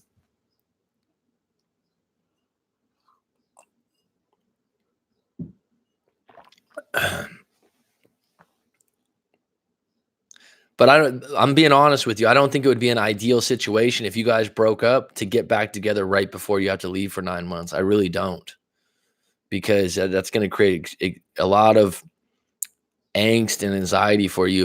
If you have a place to go built in already, that's actually good. Thanks, bud. That's actually a good thing because when you get back, things are going to change for you. You're not, because you're going to be, correct me if I'm wrong, you're going to be busy, right? And you're going to be consumed, and you should be consumed on the task, right? And if you get back with her, there's going to be pressure, and you're going to be overcompensating while you're away, trying to talk to her more, trying to make sure you're pleasing her. But that wouldn't be a recipe to get back together long term when you're going to be gone for 9 months during that time. You certainly during that time could send her a postcard or do something, but yeah, in different times. That's not ideal, Tommy. It's not ideal. And let me tell you something. I don't know how strongly you feel about it or what, but this is your purpose right now. So you got a purpose in place, and it's not, I don't know if it's long term or short term, but it's a purpose. You're in the army. You got a mission. A lot of people, that's what they need. A lot of people's problem right now, okay, is not having something to do that they feel good about, that they feel significant, right? You're going to go do this for 9 months and you have some significance. You have a mission. You have something to do. Chrissy Cakes, how you doing? Great name. This is Rob's friend. Is this a girl or a guy? Because you kind of talked about it like a guy before. Well, I'll continue on. Let's just run this for a 2 hour. I think I'm in a good place right now. I switched rooms. I got AC running in here.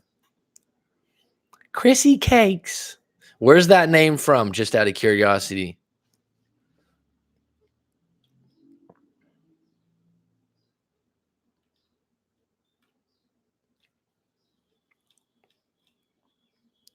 Creating pressure situations and breakups, ultimatums, deadlines to answer. Tell me now. Tell me now. I want to know, are we going to be together for the rest of our lives or not? If you don't tell me that we're together right now, I'll leave you forever. How does that work out, right? How does that work out? People have been watching too many movies is the problem. Crystal. Okay. How many rooms do you have, Max? Seems like a nice living situation. You always ask these. You always ask the interesting questions. Skinner, I have a 3-bedroom house. 3-bedroom house. It is a nice house. I do like it. I do like it. In a small office. The office is where I used to make a lot of my videos with that blue background, but I don't have an AC in there. Now that I'm doing these longer streams, I said, you know what? The background doesn't matter as much. I need to get in a room that has some AC. Rob was here. Crystal. Rob's a little socialite, huh? Mac, I literally just said something similar to that to my ex tonight. What was similar to that?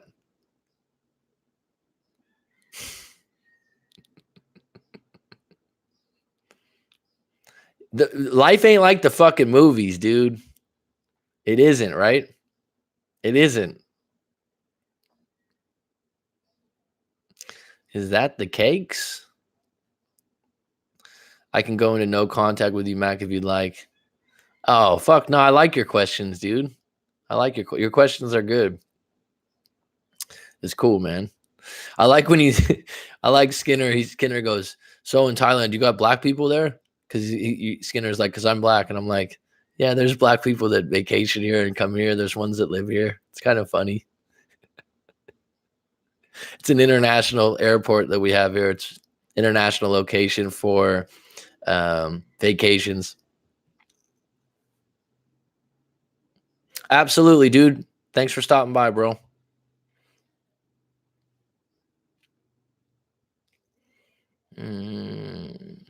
Yeah, Skinner. No worries at all. Keep the questions. I live in Phuket, Thailand right now. I go home once a year for about a month. California. I'm from California. Where are you at, Tommy? Your military, San Diego, the Carolinas, or perhaps you're in the army somewhere else. Maybe you're not in the States, bud.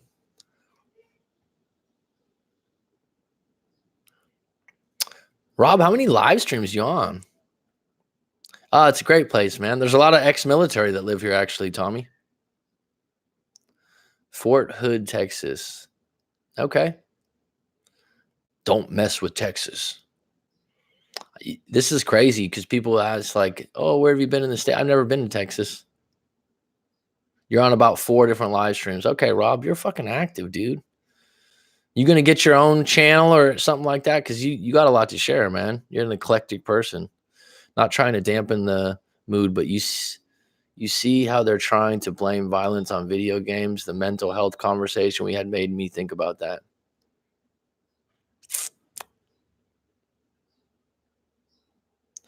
Yeah, I don't know if I want to go down that rabbit hole right now, Skinner, but I understand your question. I wouldn't blame it on video games. No, I think it's much deeper than that, would be my short answer. Right. That would be my short answer. No, I wouldn't blame video games. I would say the media has a bigger role than video games.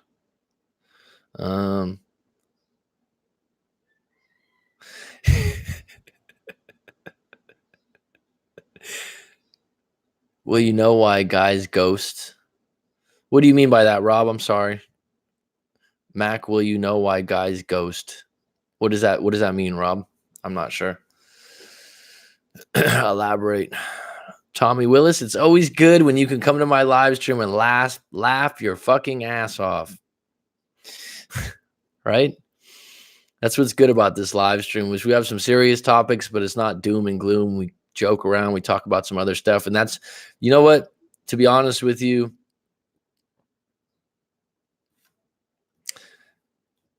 that's what I think, Skinner. I don't watch the news very often, but yeah, you create martyrs out of these situations, and it's ghosting, just leaving someone without saying a word and never contacting them in an attempt to free break. Oh, I know that, but you say Mac will know why guys ghost. Like, what do you mean by that question? I know the term to ghost someone is to leave. Thanks, Skinner. I appreciate that, bud. I appreciate it. sometimes it's a little all over the place, but I can conversate about everything. It's like when you ask that question, I'm like, I'll give something for it, but we're not going to have a 45-minute conversation on it. Is this the same as silent treatment? I think ghosting is more or less like you're not going to even be in their vicinity. Like they don't even know what happened to you, right? Silent treatment you can give to someone at work and be in their proximity or in their space, and you just ignore them. Oh, I meant that you'll know why some guys do the ghosting. You mean in a relationship? I'm just sorry to elaborate the question, Rob. Like, you mean, do I know why guys ghost women in a breakup?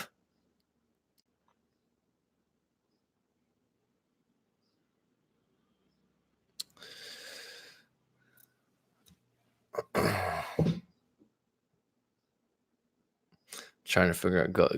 I'm going back to the original. Mac, well, you know why guys ghost?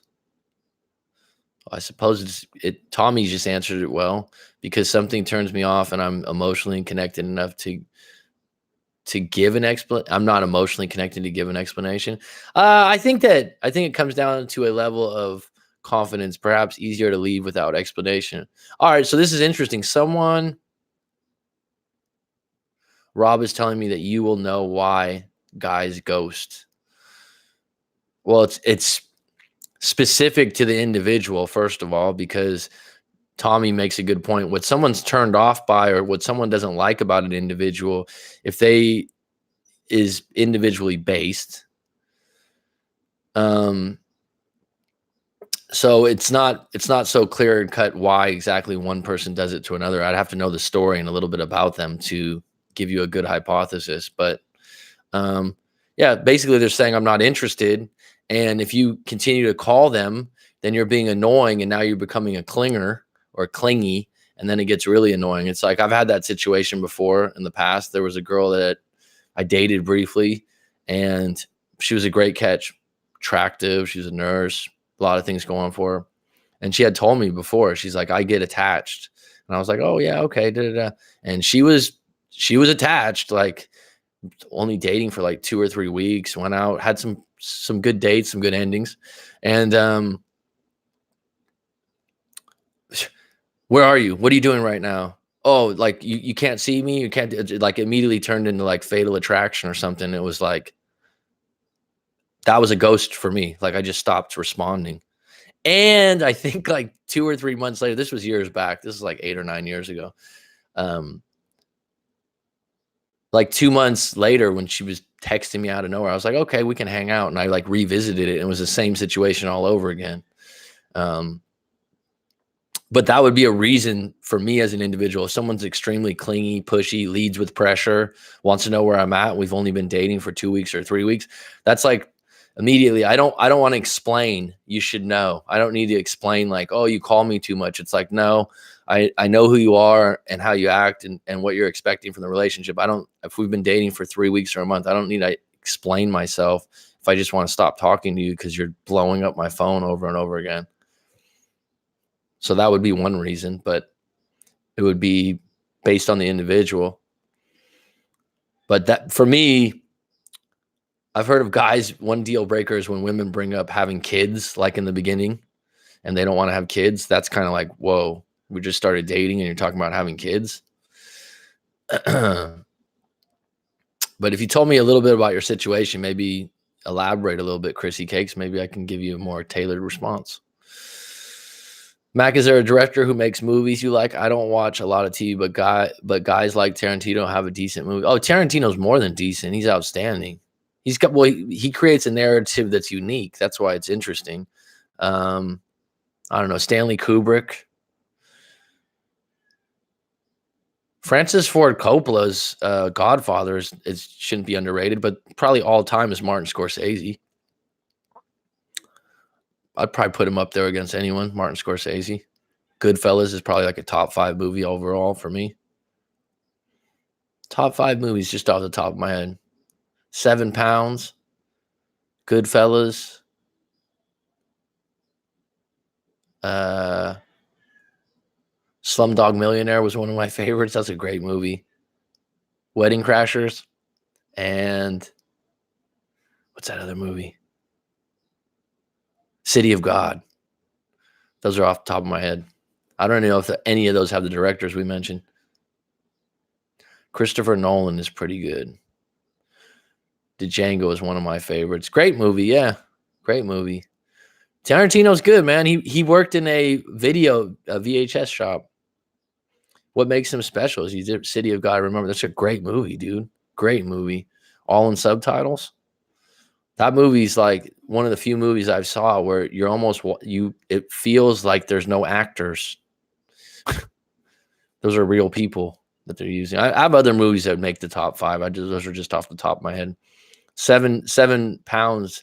The premise of the movie was impressive to me. The idea of what the guy was doing and why, the storyline. I wasn't the acting that was so great or this or that. And it holds like a special meaning to me. Deeper meaning for me. Hopefully I'll catch a live stream. Hope you subscribe to my channel. Might have a few new videos soon of me saying got problems, but should have it sorted. Have a good day, Mac. You too, Dylan. You could send me a link, but I'll check it out. Who is Christopher Nolan, Tommy? Off the top of my head, I'm drawing a blank. Is he an actor from one of those movies? Is that Christopher Nolan is a director? What movie did he make if we're talking about that right now? See, Tommy, we can talk about some other things, and you just realize life's not all about the breakup or the ex. We can get into some other stuff here.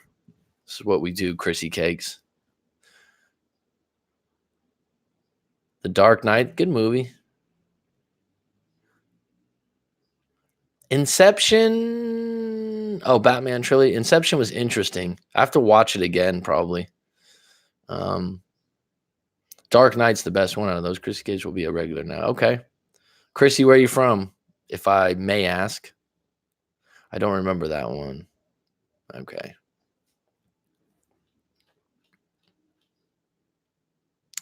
Brand new Skinner. Robert was on earlier. Ernesto came on to ask some questions. All right. We got a little crew. All right. Thanks for the likes, folks. I appreciate it. I think this was going good. Oh, Seattle. Cool, man. I don't think I've had someone from Seattle. I've been there once to watch a Seahawks game. The Niners got pummeled. Cheers for the likes. There's actually a podcast I really like called Psychology in Seattle. Check that out. It's pretty good. Did I like Seattle? Yeah. Yeah. I was there with the ex. One of my ex. I actually went to a Sonics game. It was the last year the Sonics played, and everyone forgets Kevin Durant played his first year or first 2 years on the Sonics. But I went to Key Arena and I went to the Seahawks game. Great stadium, man. Great clam chowder. Went down to that place where they throw the salmon. But I really like Victoria. I've been there a few times. We've got family friends in Victoria, the island off Vancouver. That's beautiful. That's beautiful. Basketball has been pretty chill, so I don't have anything on it. I hear they made something called the Rich. Oh, okay, you want to talk a little b-ball? I'm going to have to get another live stream for that, maybe a once a week. I'll be cool to get another Seattle tram. What's Seattle tram? You mean Seattle team? Seattle's a big enough city as a sports town. It should get that, yeah. I saw a really interesting Victoria Beach. Victoria is beautiful, man. I'm impressed by Victoria. Yeah. Victoria would be considered a city or the island. I'm ignorant to this, folks. So when I say Victoria, that's the city, and that's not part of Vancouver, correct? To admit your ignorance is value. Yeah, city. Okay. Vancouver Island. Okay. Man, we went to a swimming. No, I'm not Canadian. I'm from the Bay Area. I'm from San Francisco Bay Area. I grew up. Don't live there now. No, totally separate. Oh, okay. Yeah, we went to a lake. I remember out there, and it was like, oh, this is just our swimming hole lake. And they're like, oh, we'll just throw a couple poles in the water. Caught like 10 trout in 2 hours. Beautiful rainbow trout. I was like, this is your swimming hole? Oh, yeah. Beautiful. Bouchard Gardens. That's the place I'd like to revisit, though. Souk went fishing out there. The fishing is kind of expensive, actually. Salmon fishing. Used to live in SD. Oh, you're in San Diego also? I lived in San Diego. Nah, I'm not a tea guy. I drink coffee generally. I'm not anti-tea, but yeah, this is coffee. The ice has already dwindled out of it. Did Chrissy Cakes? Did you live in Diego too? God, I meet a lot of people from there. I love coffee. I don't. You know what? I only drink it in the morning, and I usually only drink one, so I limit myself. And sometimes when I'm somewhere, sometimes when I'm somewhere where the coffee's really strong, I won't finish it because I'll be like, I don't want to be shaking. What style of iced coffee? I didn't start drinking coffee till I was like 21. I was living in San Diego where it's warm, and I always got an iced latte in the beginning, and now I get iced Americano, and this is my own coffee. But yeah, usually it's iced, so the flavor doesn't make as big a deal to me, and I put a little milk in there or a little almond milk. Coffee cake. 9 minutes here.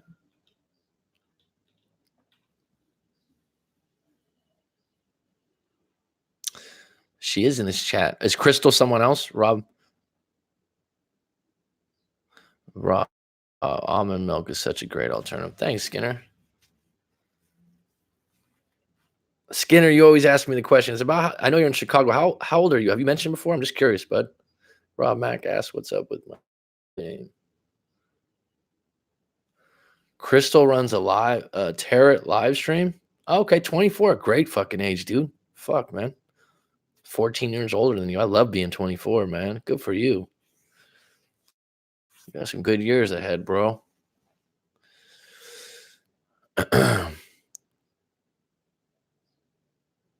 Okay, so Crystal, I'm sorry, Chrissy Cakes is Crystal, just to clarify. Sorry, guys. Come across a lot of names. So Chrissy Cakes is the one that runs the Tarot live stream. Is that the question? Zodiac sign is Aquarius. Oh, yes, and there's another crystal. Okay. Okay. Yeah, Zodiac means Aquarius, yeah. Oh. So Crystal's not in right now. Just call me Chrissy. Like Three's Company? Not sure how old you are, Chrissy, if you know that Three's Company. Remember Three's Company? It's the only one I know.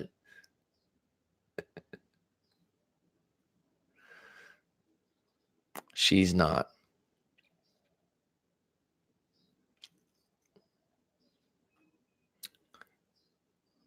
Crystal lives in San Diego. Okay. Fuck, a lot of people moved to San Diego, man. I don't blame them. You know Three's Company? Jack Tripper. That was on reruns as a kid. I think that show is actually based in San Diego. Gabe, you seen Breaking Bad, Mac? Yeah, absolutely. It's a fucking outstanding series. Sure. Absolutely. I see it on the retro channel sometimes. Three's Company. I have the song in my head. The beginning song. The show is incredible. Breaking Bad, you mean? Yeah. Breaking Bad's like a top 5 series. The final season's not the best season, I think. I think probably the best thing's probably Narcos is pretty up there, huh?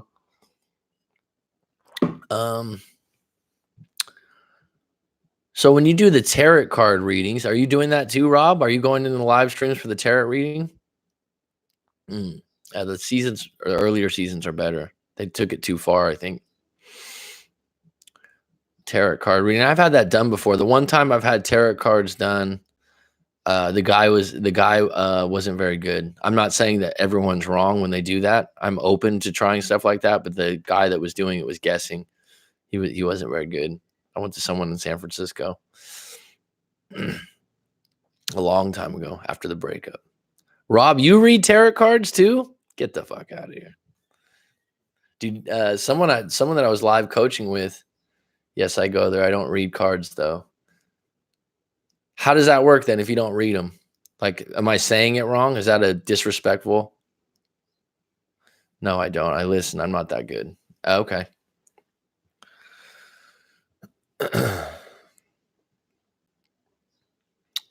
So when you ask someone for their zodiac sign, just out of curiosity, Chrissy, if I say I'm Aquarius, what does that instantly mean? Just out of curiosity. You never heard of a card reader? Tarot cards?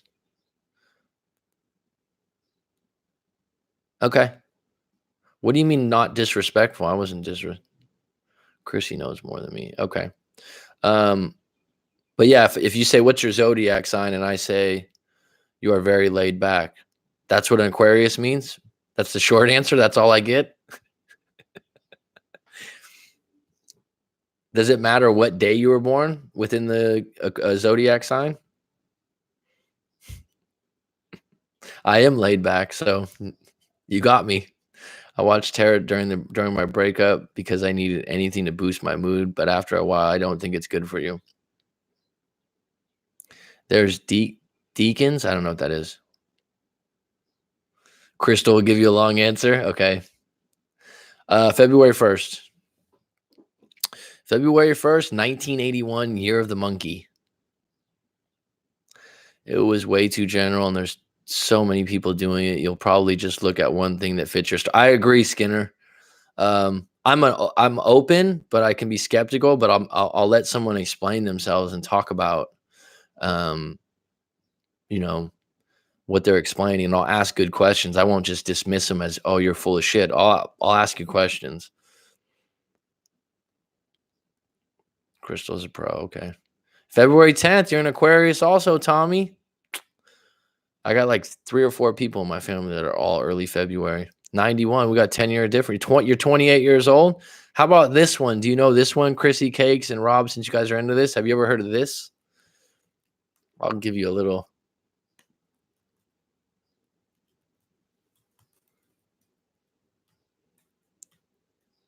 Saturn's return. Have you guys heard of this? When I had my breakup, I was like 27. I just turned 28. Okay. And I went to like a spiritual healer, psychic, ... And she was really good, actually. She didn't. Oh, really? So you could talk to Crystal about this, since the infamous Crystal, who's already been explained. Saturn's return, though, they say about 27 or 28, which is you, Tommy Willis. Look it up. I won't do it justice. You can go look it up, Google Saturn's return. But they basically say that at 27, 28, that's when you really become an adult. And that's when the moons or whatever go around Saturn or one of those places for the first time. I don't know. But basically, it's a turning point in your life at 28 years old. And if you're not where you want to be, there's got to be some changes made. And so the lady was like, oh, you're in Saturn's return. So I looked it up. I'm like, oh, that fits me. So like, if you look back at when you were 27, 28, was there a turning point there? I don't know. For me, there was. It's one of those interesting things, though, that's beyond just your sign. 34 is a good age. Shoot. Younger than me. That sounds true for me. Does it? Yeah, like I said, I wouldn't do it justice. You can look up Saturn's return on Google, but it's interesting. They say every 28 years. So when you become 56, that would be like the second stream of that. And like you're truly becoming an adult. And if you don't have your career in place and you don't know where you want, you're gonna be spun, and you're gonna have to probably hit ground zero and regroup and really redefine yourself and who you are. 28 is that age. It's like, it's actually the real 18, which when you look back when you're 18, you're not a fucking adult mentally. You're so much more different than you're 28. And now me being 38, it's like, wow, you look back at 28 and you think you were so fucking smart. Right. So coming up on a nice 2 hours here. This has been good. Real good. I hope this was useful and helpful for you today, Tommy, because you've been on deck quite a bit. Rob is always on deck. Chrissy Cakes, welcome. You've chimed in for just a peekaboo, just to drop your head in the door a couple times before, or one time before, and it's good to hear you chime in. Skinner, always interesting. Usually doesn't talk much about breakups, but I like it. Ask good questions. No problem, bud. And I'll tell you what, Tommy, talking to you about your, briefly about your situation. If you want to send your story in to Right Max, send it in. I'll give you a public video response if I haven't done that yet. But if not, I think you're on the right track if you're going out in 9 months. It ain't the movies. It's not the movies.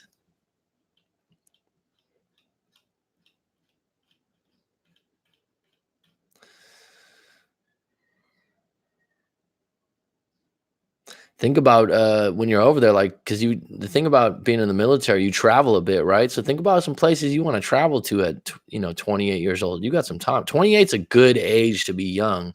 A book I would highly recommend is The Rational Male, Tommy Willis, and he preaches that you should be single till you're 30. You should probably check. That would probably be a good book for you, Tommy. The Rational Male. I think you'd like that, and it's entertaining too. You can get it on audio. If you don't want to read it, you're gonna be on the plane a lot when you're 9 months in. Oh, you got that book already? Okay, that sounds good. 30. I don't know what that means. That sounds good. 30. Starting to wane off. I'm probably gonna come on later on tonight because I got to do a session for the Euros out there. None of the Euros get to talk that much anymore. To be single until you're 30, yeah. It's an interesting concept, right? Because you're still finding yourself and where you're at till your early 30s. I don't get anything for this, but I think this is a really good podcast. I just spelled it wrong, but you'll understand. Psychology in Seattle. For Chrissy, because you're from Seattle.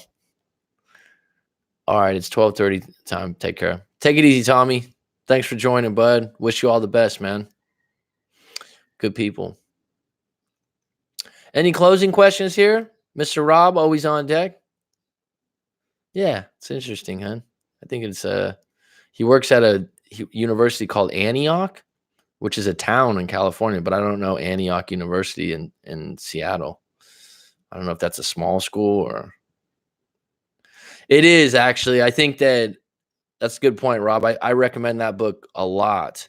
And the reason why I recommend it a lot is it's not politically correct. It's not what everyone's writing, and the perspective is good. It's backed up. I don't agree with everything 100%. I don't know what I don't agree with, but it was entertaining at the same time. Right now it's 12:30 p.m. 12:33.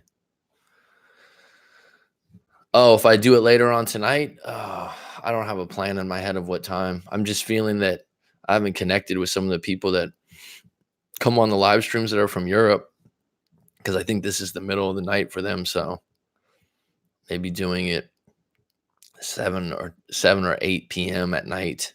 That would be early morning for you guys out west. That would be early morning for you guys. Which I don't know. When I've done night stuff, I get more people usually. But as I've said before, Rob, sometimes I like these quaint 7, 8, 9 people where we can have a nice conversation. So this one's been good. I'll probably do a follow-up talking about this topic a little deeper.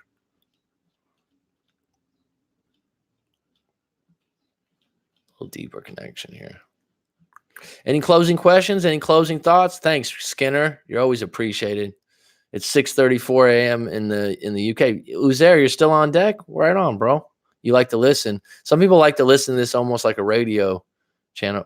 Uzar. Is that correct? Uzair or Uzar? Maybe I said it wrong. 12:30 here. Skinner's a night owl.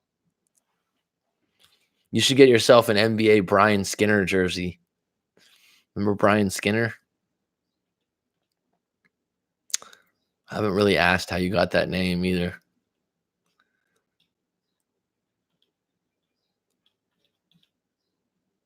Yeah, we did good today. Good, good, good. That's my brother's name.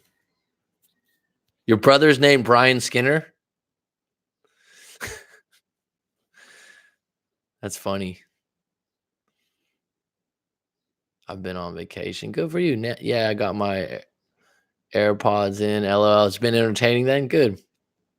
This is how I want to. This is how I want to move forward because I don't think it's necessary to even see my face on the screen. So maybe in the future, I'll just make it audio only, right?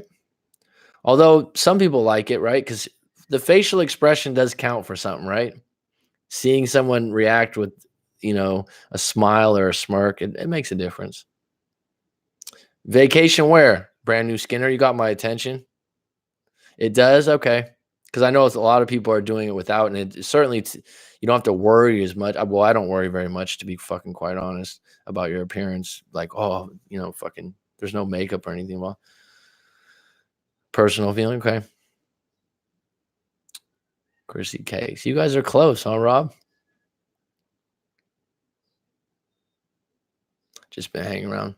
Shit, you're 24 years old. You got a vacation from work. Go international, Skinner.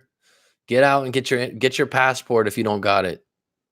And I'm not saying go to Canada. Go somewhere fucking exotic and crazy. Go to Polynesia. I can tell. I can tell you guys are buddies. The psychic told me to go out more. I get in live streams sometimes. I'm not saying I have that ability in any way, but people are like, how'd you know that? Or I'll say things like that. There's some entanglement of minds sometimes. Stream buddy. Oh, that's cool. You guys are wingmates. I won't say wingman. I'll say wingmates. You guys are wingmates. I was hooked when she said that. When you were hooked when the psychic told you to go out more? Oh God. That's a pretty broad statement. I've noticed Americans don't leave America versus much because it's so big. That's true. I tell people that they're like, "Oh, you guys never leave." I go, "We have 50 states, including Alaska. That's about half the size of the 48 states, and it's a far flight. It's like Europeans will be like, "Oh yeah, I go here and I go here." It's like that would be the equivalent of me going from California to Nevada, where you go from England to Italy. So to me, it sounds a lot more interesting, but a lot of people don't like dealing with the flights and they're thrown off. So their most exotic thing is usually going to Mexico or Hawaii. Those are the two exotic trips. I've noticed Americans don't leave America. You don't go out much. You're like a hermit. Is that true? That'll affect your sleep, by the way. Good book to read if any of you guys have sleeping problems is Sleep Smarter by, it's not Sean, it's Sean Stevenson. Wingmates, yeah. Remember the show Wings? You went to Mexico a few weeks. Fuck, man. You went to Canada, Mexico. You're traveling, bro. If you have sleeping problems, get that book. Sleeps Smarter. It's a good book. The audiobook's excellent.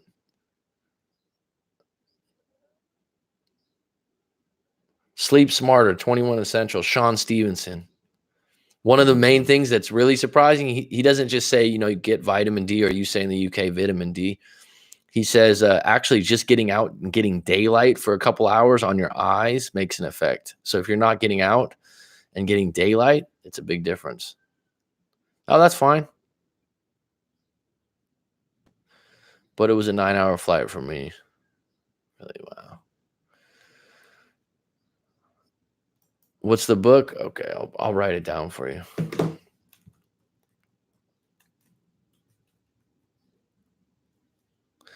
"21 Essentials" or something like that. But the name of the guy's Sean Stevenson.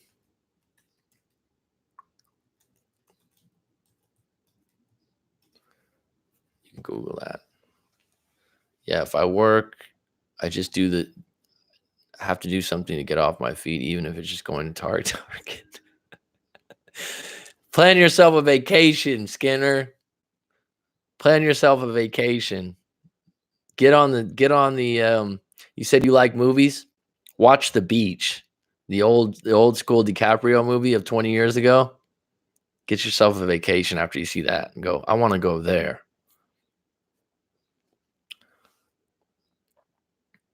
The world's a big place, man. Any closing questions, folks? I'm gonna peel out pretty soon here. Yeah, I think it's a good book. It's useful. Sleep Smarter, Sean Stevenson's a good reference guide. He just constantly gives advice about sleeping better and different things. Some things will surprise you. If you don't like to exercise, a good cheating thing is sauna. What do you have planned for the day, Mac? Well, I got to answer some emails, live coaching. I have to get back to someone about a possible business plan with something further with breakup coaching. Yeah, so I got a few things on deck. Here. Might go to yoga in the afternoon. That'll be a game time decision. But otherwise, we're creeping in on one right now. I'll probably get something to eat right now. Did you look up the Dymaxion cycle that we spoke of before? No. I'm loosely aware of, like, when how should I say? I know which one you're talking about. I know I don't think I could ever try that, like 2 hours on, 1 off. I think Tesla did it. The Dymaxion cycle. Yeah, I'll look it up later. I still haven't got to see that. I always eat out. I don't like to cook that often.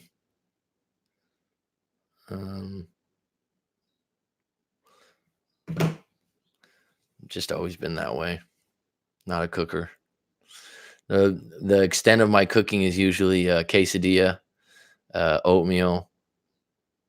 I didn't get to see that doc yet. I'm gonna watch it though. I'm interested. Cryptic, you're late, bro. Sorry, but you're welcome.